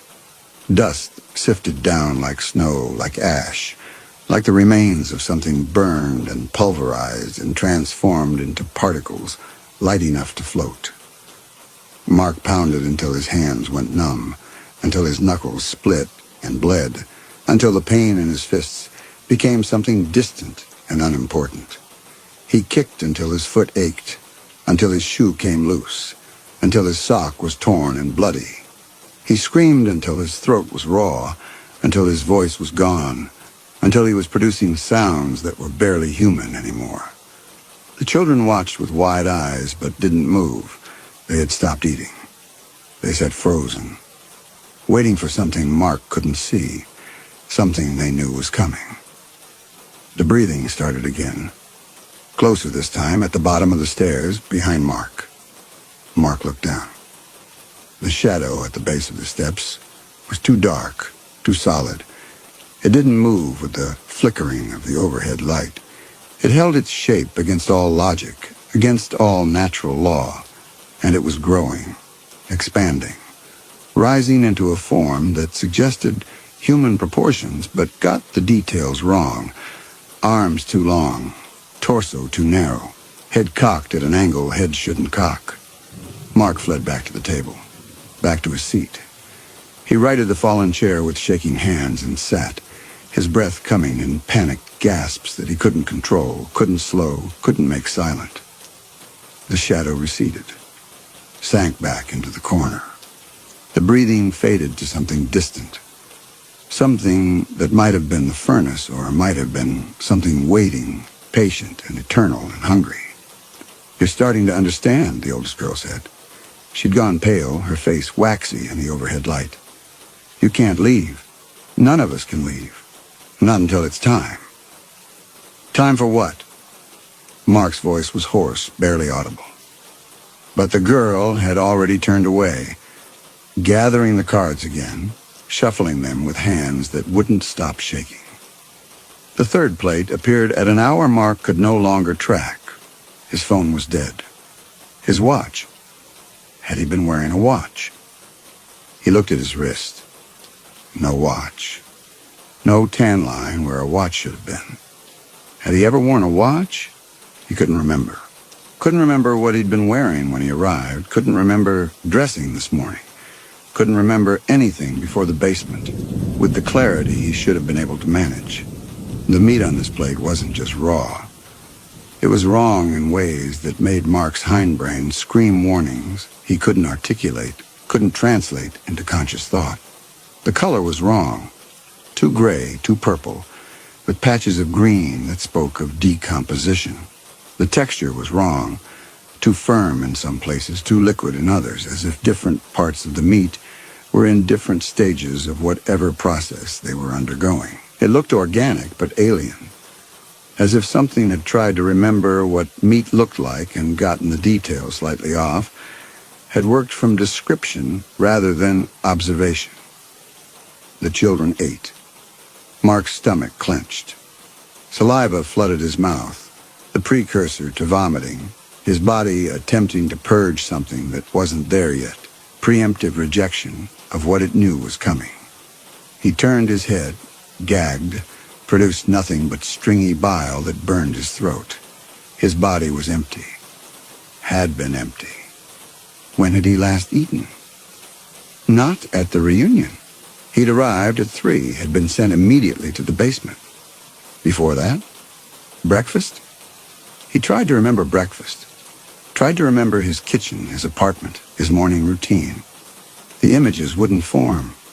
Or they formed and dissolved like photographs left in water, details bleeding away until only vague shapes remained. He could remember the basement, though. Could remember sitting at this table before. Not yesterday and not last year. Longer. Much longer. The memory had the quality of something ancient, foundational. The first memory that all other memories were built upon. He'd been here. He'd been small. There had been smoke. His suit felt loose. The collar of his shirt gaped around his neck, fabric bunching when he turned his head. When had he lost so much weight? He touched his face. The stubble he'd noticed that morning. Had he noticed stubble? Had there been a morning? It was gone. His skin was smooth, impossibly smooth, baby smooth, child smooth. His hands looked small against the table, small and soft, unmarked by the scars he'd accumulated over 30 years of living. The scar on his thumb from the kitchen knife incident, the one on his palm from falling off his bike, the burn mark from the soldering iron in shop class, all gone. His hands were pristine, unmarked, the hands of someone who hadn't lived long enough to damage them yet. "We were good today," the oldest girl said. She wasn't talking to Mark. Her eyes had gone distant, focused on something beyond the concrete walls, beyond the basement, beyond the house entirely. We stayed quiet. We played the game. We ate everything. The twins nodded in perfect unison. The boy, arranging forks, paused mid-adjustment, his hands hovering over the plastic tines. Even Trevor stopped rocking, his body gone rigid, his wide eyes staring at nothing and everything. The basement held its breath. Then from the top of the stairs, a sound. The scrape of metal on metal, a key turning in a lock, tumblers falling into place. The mechanism of imprisonment reversing, becoming the mechanism of release. The door opened. But no one came down. The doorway stood empty, revealing the kitchen beyond. Counters Mark half remembered, cabinets that seemed familiar, a refrigerator that was the right brand but the wrong color, or maybe the right color but the wrong brand. Everything exactly as it should be and entirely wrong simultaneously. The oldest girl stood. Her chair scraped backward, the sound sharp in the sudden silence. The other children stood. They moved toward the stairs with the careful precision of a ritual long practiced. Their movements synchronized, their faces blank. Mark followed because the alternative was staying in the basement alone with Trevor, with the feeder lurking in shadows that had grown teeth. The stairs were wooden, old, each step groaning under weight. Mark's foot found the third step, and he remembered. The third step, always groaned like that, had always groaned, would always groan. How many times had he climbed these stairs? The number existed beyond counting, existed in a space where numbers became meaningless, where repetition erased distinction. His vision was lower than it should be. The railing was higher. He had to reach up to grasp it, had to stretch to maintain his grip. When had the stairs gotten bigger? Or when had he gotten smaller? The oldest girl reached the top first. She paused in the doorway, looked back. Her face was tight with fear, poorly masked, with knowledge she didn't want to share but couldn't keep hidden. "Remember the rule," she said. Her voice shook. "You have to stay with us. You can't talk to them until you're ready." Ready for what? But Mark already knew. Could feel the answer in his bones, in his two small hands, in his vision that sat too low and saw the world from angles he'd forgotten. "Until you're grown up," the girl said. Then quieter. "Please don't go in there." We're not supposed to... Mark emerged into the kitchen. The light was worse up here, somehow both too bright and too dim, shadows falling in directions that didn't match the light sources, as if the shadows and the lights had forgotten how to work together and were now operating on separate principles. The refrigerator hummed.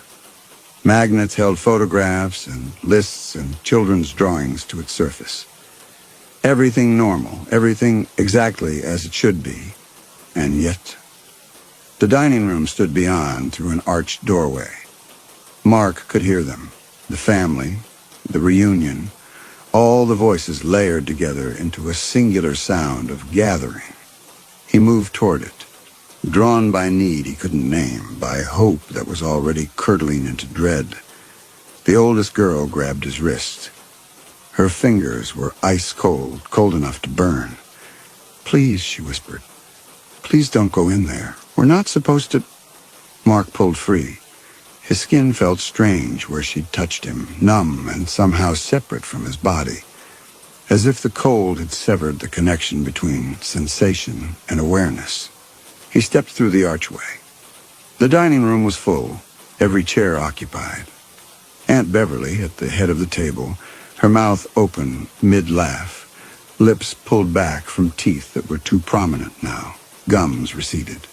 Cousin Derek beside her, his hand frozen in the act of reaching for the breadbasket, fingers extended, nails grown long. Mark's mother across from Derek, her face turned toward whoever sat beside her. Uncle Tom. It must be Uncle Tom. No one else would make her smile like that. All of them caught mid-gesture, mid-sentence, mid-breath. All of them covered in dust. Not just dust. Cobwebs stretched between bodies, delicate filaments, connecting shoulder to arm to head to tablecloth. A network of silk that spoke of years undisturbed, of spiders that had claimed the space and found no reason to leave. The tablecloth itself had faded from white to the color of bone, stained with substances Mark's mind refused to identify. Brown blooms that might have been spilled wine, or might have been worse, spreading outward in patterns that suggested violence, that suggested the last moments hadn't been peaceful. The food on the table, there had been food. There must have been food. Aunt Beverly always prepared enough food to feed twice the guests who came. Had desiccated into unrecognizable shapes, organic matter reduced to husks and shadows. What might have been a turkey was now a cage of bones. What might have been a casserole was now a crusted mass of something that had fossilized in its dish. The wallpaper peeled in long strips, curling away from the walls like skin. The chandelier overhead hung at an angle, half its crystals missing, the others clouded with decades of grime. Water damage bloomed across the ceiling in brown flowers, petals spreading from some central rot. The windows were boarded, had been boarded for years, boards weathered gray and pulling free from their nails. Mark's mouth worked soundlessly. Behind him, the children clustered in the archway, silent now, watching, waiting. His mother sat at the table, would sit at the table forever. Her lips were pulled back from her teeth in something that might have been a laugh or might have been something else entirely. The grimace of someone who died with their mouth open, who died trying to breathe or scream or speak. The flesh had collapsed against the bones of her face, had pulled tight, and then begun to pull away, mummifying in the dry air. Her hands, still reaching for Tom, were skeletal. The skin shrunk to leather, the bones visible through translucent dermis. Mark tried to speak, tried to say Mom or what happened or no or any of the words that might make this scene resolve into something comprehensible. His throat produced no sound, or produced sound that was too small, too childlike. The voice of a 7-year-old boy trying to call for his mother and finding that the word wouldn't carry, that the distance was too great, that some gaps couldn't be bridged by volume alone. He looked down at his hands. They were small, the hands of a 7-year-old boy, The hands of someone who hadn't grown yet, who would never grow, who'd been frozen at the moment between childhood and whatever came after.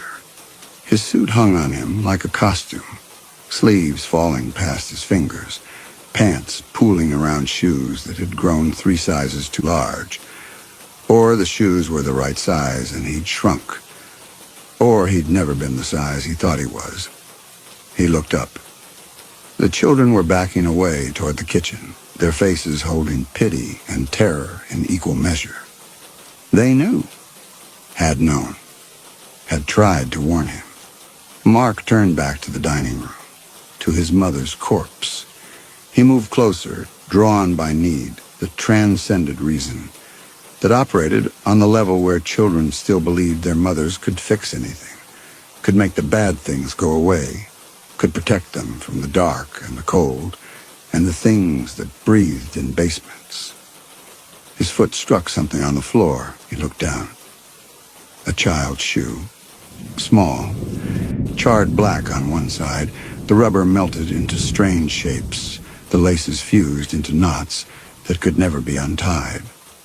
He knew that shoe, had worn that shoe, had been wearing it when the smoke got too thick, when he'd kicked at the basement door with everything he had, when he'd screamed until his voice was gone and kept screaming anyway because there was nothing else to do.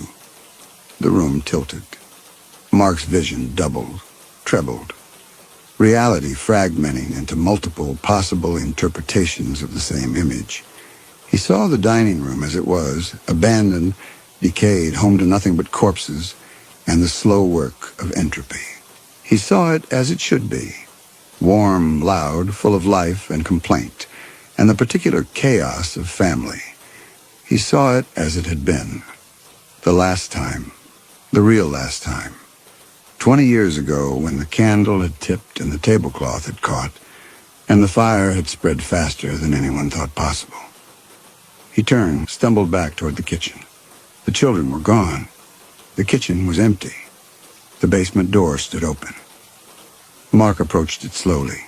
Every instinct screamed at him to run, to flee, to go anywhere but down those stairs. But where would he go? The house was abandoned. The family was dead. The world he thought he'd been living in was a ghost dream of the future that never came. The door frame bore marks he'd somehow missed before. Char marks. Black scoring where paint had bubbled and melted, where heat had been so intense it had left permanent scars. And lower, at the height a child might reach, scratches. Deep gouges in the wood where fingernails had dug in, had tried to claw through, had left behind traces of something Mark's mind couldn't process, as anything but desperation made permanent. He touched the marks. His fingers fit the grooves perfectly. His nails matched the spacing. His hand, 7 years old again, recognized the shape it had made 2 decades ago when dying. The memory, when it came, was not dramatic. No flood of images, no sudden clarity. Just a simple fact presenting itself. He had been at the kids' table in the basement. There had been a smell, not mildew, not organic decay, but smoke. Thin at first, then thick. Someone had knocked over a candle upstairs, Aunt Beverly probably, gesturing too broadly while making a point no one cared about, and the tablecloth had caught. The fire had spread to the curtains, to the walls, to the old wood that made up this house that had been waiting decades to burn. The door had been locked. The door had been locked because Aunt Beverly always locked it during dinner, kept the children contained, kept them from running upstairs and disturbing the adults.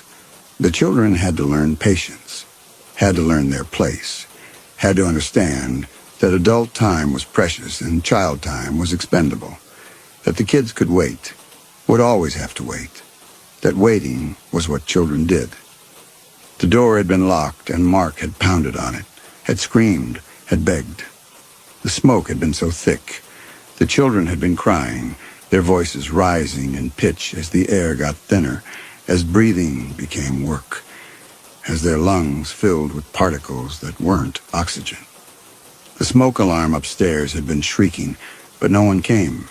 No one opened the door because the adults were in the dining room, and the dining room was so far from the basement. And sound didn't carry well in old houses, and by the time the smoke reached them, it was too late. They were already falling, already forgetting how to breathe, already becoming the corpses they would be for the next 20 years. The adults had breathed the smoke, had fallen where they sat, mid-conversation, mid-laugh, still holding their forks, still thinking about their own concerns, their own dramas, their own lives that had minutes left without knowing it. The children in the basement had breathed the smoke, had fallen where they sat at the kids' table, still waiting for permission to grow up, still waiting for someone to tell them it was time, still waiting for the door to open. Mark looked at his hands. 7 years old. Would always be 7 years old. The 30 years, the mortgage, the apartment, the job with the impressive title, the car he'd driven here, the phone that had died, all of it was memory of a future that never happened. All of it was the dream of a child who'd died waiting to become an adult, who'd spent 20 years in the basement imagining the life he would have lived if someone had opened the door. The stairs descended before him into darkness. The light down there had gone out, or had never been on, or existed only in the memory of a 7-year-old boy who'd needed light to feel safe, who'd needed to believe that someone would come, that someone would remember them, that the door would open, and dinner would be served, and they'd be allowed to grow up. From the basement, a sound, the scrape of a chair, the whisper of cards being shuffled, the wet sound of something eating, the breathing, slow and patient, waiting in the dark.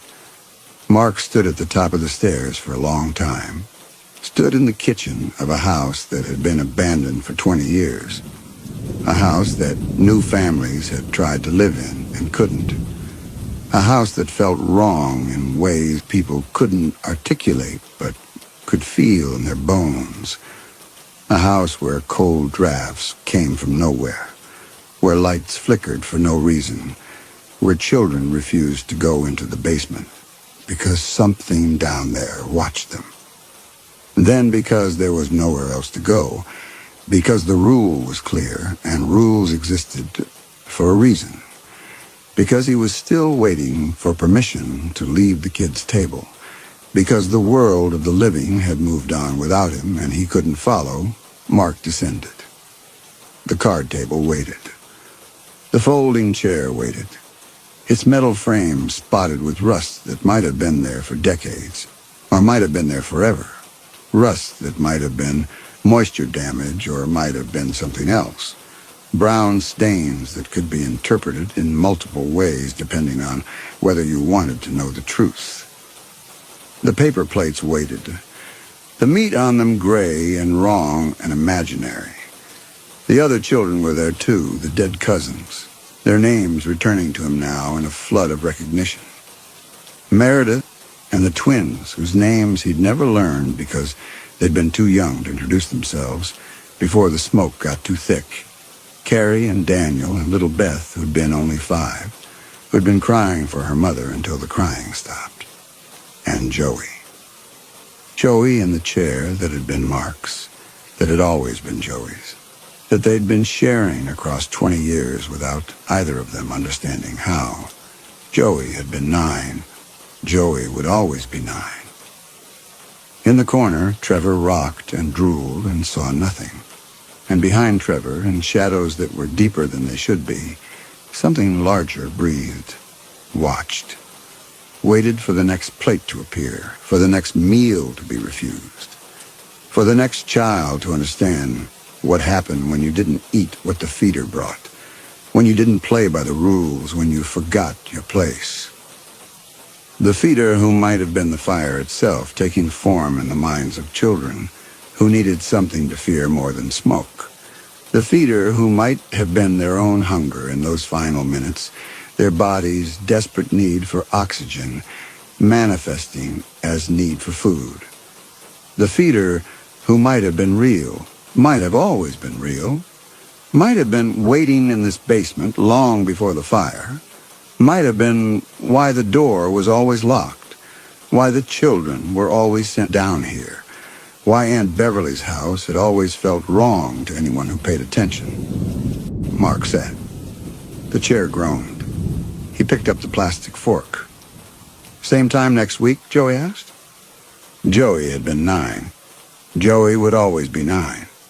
Joey would ask this question every week forever, and every week the answer would be the same. Same time next week, Mark agreed. They would play cards. They would eat their terrible dinners. They would wait for the feeder, who came when the light flickered, who smelled of ash and hunger, who brought plates of meat that looked less like food each time.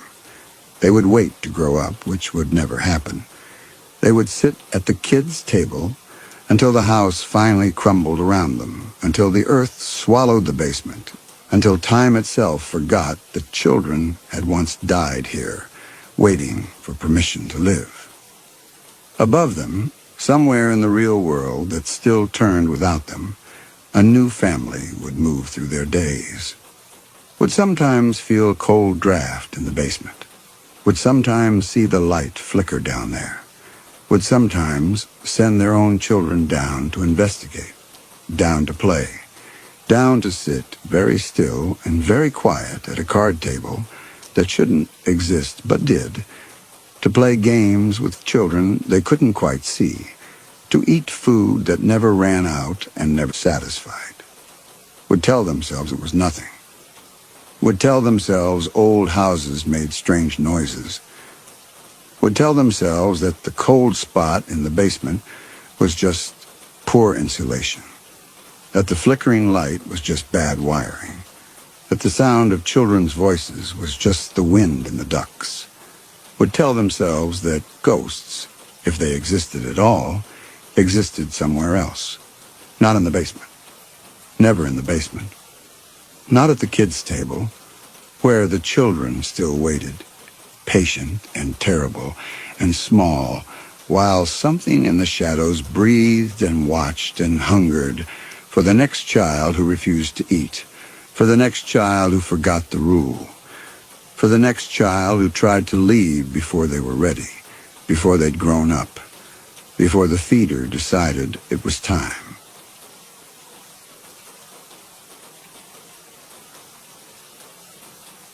Story 5.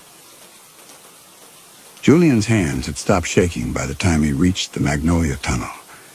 This was what he told himself as he drove through the green filtered darkness, watching his knuckles whiten against the steering wheel. The call had come 3 days ago. A woman's voice, like something preserved in amber, smooth and golden and faintly wrong. She had not introduced herself. She had not asked if he was available. She had simply said, "We've been watching your work," and given him an address. He should have hung up, should have blocked the number, should have done anything except write down the directions in his own handwriting, in ink that looked like dry blood against the paper. But there was something about the way she'd said watching, not observing, not admiring, watching. The way you watch something in a jar, the way you watch something you've already decided to keep. The trees closed overhead like a throat swallowing, and Julian thought about turning around. He had been thinking about turning around for 3 days. His hand was still on the wheel. His foot was still on the gas. The house was waiting at the end of the tunnel, and he had known from the moment she called that he would go to it. Some decisions, he understood now, were made long before you were aware you were making them. The house appeared between one breath and the next. Mrs. Gellhorn was young. This was his first coherent thought. Younger than her voice had suggested, perhaps 30, with black hair pulled back from a face that seemed assembled from antique photographs, high cheekbones, pale skin, dark eyes that didn't quite focus on his face so much as hover near it.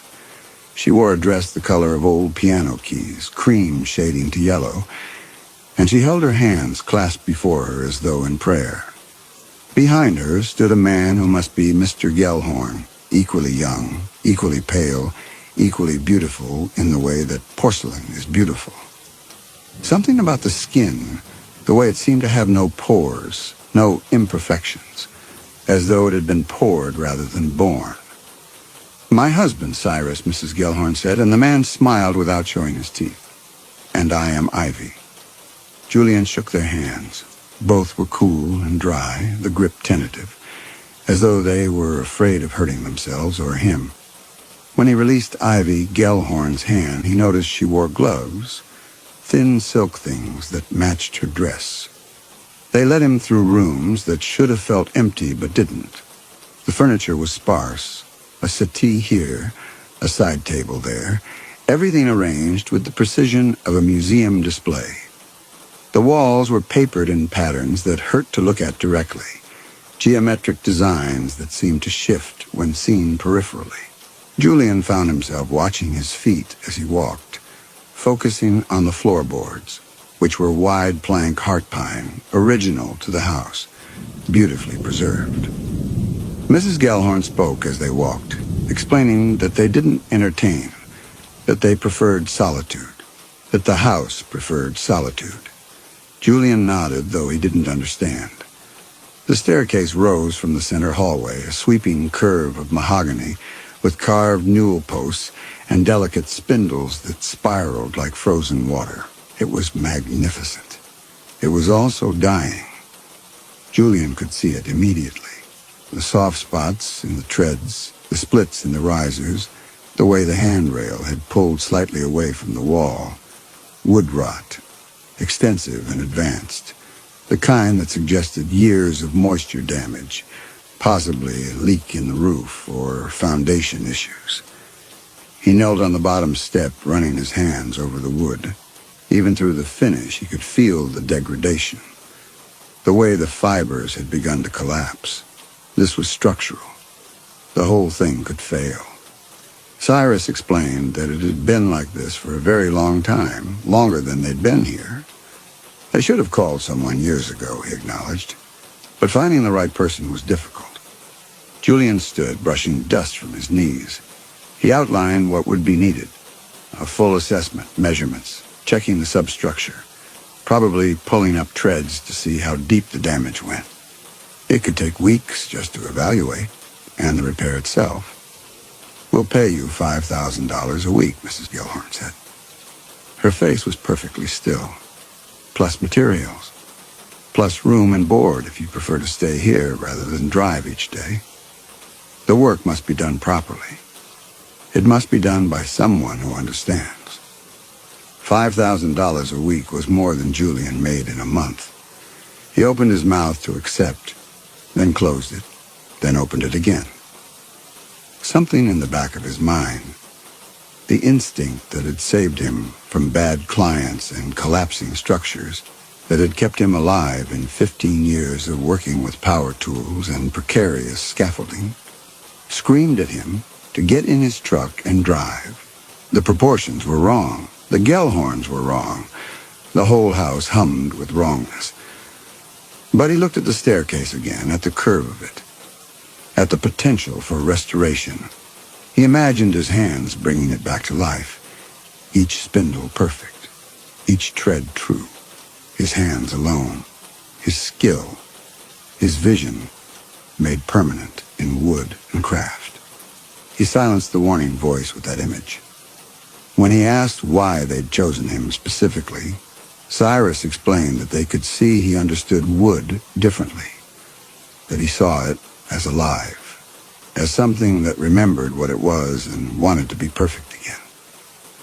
This was, Julian thought, an unusual way to describe carpentry, but it wasn't entirely wrong.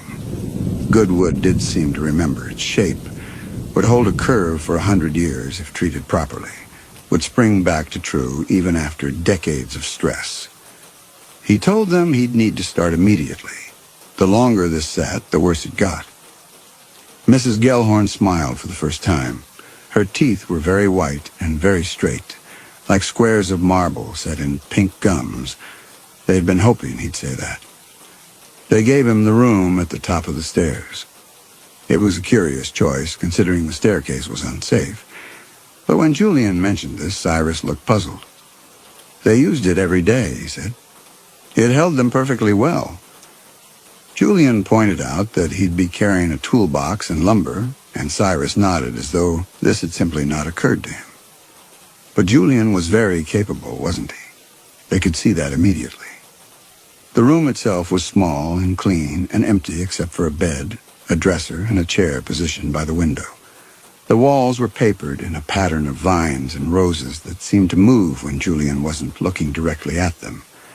The bed was made with white linens that looked crisp enough to cut skin. Mrs. Gellhorn informed him they would bring dinner at 7. When he confirmed he had no dietary restrictions, she said how fortunate that was and closed the door with a soft click. Julian stood in the center of the room and listened to the house. This was his habit in old buildings, to stop and listen, to let the structure speak to him through its creaks and sighs, the way air moved through its spaces, the settling of its bones. But the Gellhorn house was silent. Not quiet. Silent. No pipes ticking, no foundation groaning, no wind whistling through gaps in the siding. It was as though the house were holding its breath. He went to the window and looked out at the grounds. The Magnolia Tunnel was dark now, the sun having moved behind the house. Beyond the trees he could see nothing. No neighboring houses, no road, no lights. Just the smooth darkness of what might be fields or forest or simply distance. When he turned back, he noticed something about the room that made his hands go cold. The door was not centered in the wall. It was offset to the left by perhaps 6 inches, which meant the wall beside it was slightly wider than the wall opposite. Not enough to be obvious, but enough to make the room feel subtly wrong, as though it were tilting even while remaining level. Julian walked to the door and measured the distance from frame to corner with his hands. Then he crossed the room and measured the opposite wall. The difference was exactly 6 inches. He checked the other walls. The room was not quite a rectangle. It was trapezoidal, the angles just slightly off 90 degrees, enough to be deliberate, but not enough to be immediately perceptible. Someone had built this room wrong on purpose. Julian sat on the bed, which was harder than it looked, and tried to think of a legitimate reason for such construction. Settlement couldn't account for this kind of precision. Perhaps the house had been built around existing structures, forcing compromises. Perhaps there had been additions, modifications that created these odd geometries. But even as he formed these explanations, he didn't believe them. The wrongness was too consistent, too calculated. He thought of the hallways he'd walked through, the way they'd felt longer than they looked. The rooms with their museum, perfect arrangements. The Gellhorns themselves, moving with that careful precision. He should leave. Should walk downstairs right now, apologize for wasting their time, and drive away through the Magnolia Tunnel back to his workshop where the angles were right and the proportions made sense. Instead, he thought about the staircase, about how it would feel to restore something that beautiful, about $5,000 a week, about the way Mrs. Gellhorn had said you with such certainty, as though he were the answer to a question they'd been asking for a very long time. The knock on the door came at exactly 7. Mrs. Gellhorn stood in the hallway with a tray. The smell that rose from it was extraordinary. Roasted meat, herbs, bread still warm from the oven. Julian's stomach clenched with sudden, urgent hunger. He couldn't remember when he'd last eaten. She entered without waiting for permission and set the tray on the dresser, arranged the plates with meticulous precision. Fork on the left, knife on the right, napkin folded into a triangle. There was also a glass of wine, dark red, the surface trembling slightly as she placed it. She explained that they ate at 8, but thought he might want something now, to sustain him. They wanted him to be comfortable, happy. He'd be here for quite a while, after all. The duck was perfect. It dissolved on his tongue, rich and savory, the meat so tender it barely required chewing. He took another bite, then another, then reached for the wine and drank without tasting it, needing something to wash down the food that seemed to be accumulating in his throat, even as he swallowed. Mrs. Gellhorn watched from her position by the door, hands folded in that prayer-like gesture. She spoke about the house, about how it needed constant care. Things rotted. Things fell apart. Without the right attention, everything decayed. Julian agreed, his mouth full, his tongue feeling swollen. But he would fix it, she said. It was not a question. He would make it perfect again. He would stay until it was done. Julian found himself agreeing, though he had not agreed to stay, had not agreed to anything except an assessment. Mrs. Gellhorn smiled again. She was so glad they'd found him, or that he'd found them. However these things happen. She left, closing the door behind her with the same soft click. Julian sat holding his fork, staring at the empty plate. He couldn't remember finishing the food, but it was gone. Even the wine glass was empty. His mouth tasted like copper and herbs and something else, something faintly bitter that coated his tongue. He stood to take the tray back downstairs, but his legs felt strange, heavy and slightly numb, as though he'd been sitting too long in one position. He sat back down and waited for the feeling to pass. It didn't pass. Julian woke in the night with his heart racing and no memory of falling asleep. The room was dark except for a stripe of moonlight that fell across the floor at the wrong angle, casting shadows that didn't match the furniture. His legs still felt heavy, and when he tried to move them, the response was delayed, as though the signal had to travel a great distance from his brain to his muscles. He pushed himself upright and waited for his vision to adjust. The wallpaper pattern of vines and roses seemed more pronounced in the darkness, the shapes twisting into configurations that made his eyes water when he tried to follow them. He looked away, focusing instead on the window, on the darkness beyond. Something was moving out there. Not in the grounds, but in the reflection. A pale shape that glided across the glass. Julian turned to look behind him, but the room was empty. When he looked back at the window, the shape was gone. His throat was dry. He needed water, but the idea of navigating the house in darkness, of walking through those irregular hallways with their wrong proportions, made his skin crawl. He would wait until morning. He would assess the staircase in daylight, give the Gellhorns an estimate, and leave. The money wasn't worth this feeling, this growing certainty that something was fundamentally wrong with this place. But even as he thought this, he knew he wouldn't leave. The staircase was too beautiful, the challenge too perfect. And some part of him, the part that had always cared more about the work than about anything else, had already committed to seeing it through. He lay back down and stared at the ceiling until the darkness softened into gray, and the gray brightened into morning. Julian worked on the staircase for 3 days before he began to understand what was wrong with the house. The process of assessment was methodical. He started at the top, examining each tread and riser, marking the damaged sections with blue tape, taking measurements and notes. The Gellhorns watched from different positions. Ivy from the second-floor landing, Cyrus from the hallway below. But they never spoke while he worked, never interrupted, only observed with that same focused intensity they'd shown from the beginning. Their presence should have made him uncomfortable, but Julian found he barely noticed them after the first few hours.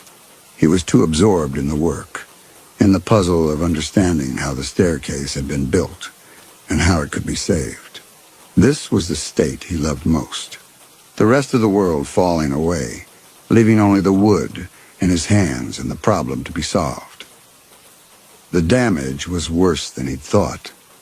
The rot extended into the stringers, the structural supports that held the stairs in place. Some of the treads were so compromised he was surprised they held any weight at all. He would need to replace entire sections, which meant carefully removing the existing pieces, taking patterns, milling new wood to match. On the second day, while working at the curve of the staircase, where it swept upward most dramatically, Julian noticed something that made him pause. He'd been running his hand along the underside of the handrail, feeling for splits or looseness, when his fingers found a series of marks carved into the wood. Not decorative. These were crude, hasty scratches, barely visible unless you were touching them. He pulled out his phone and used the flashlight to illuminate the marks. They were letters, he realized, words carved with something sharp, the edges rough and desperate. Leave while... The message ended there, cut off mid-word. Julian traced the letters with his fingertip, feeling the panic in whoever had carved them. He looked up at Mrs. Gellhorn, still watching from the landing above. When he asked if they'd had another carpenter before him, her expression didn't change.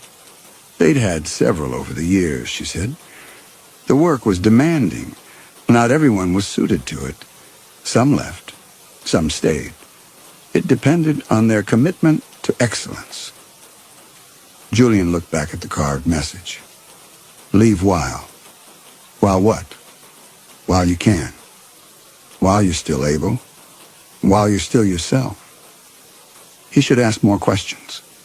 Should demand to know what happened to the person who carved this warning.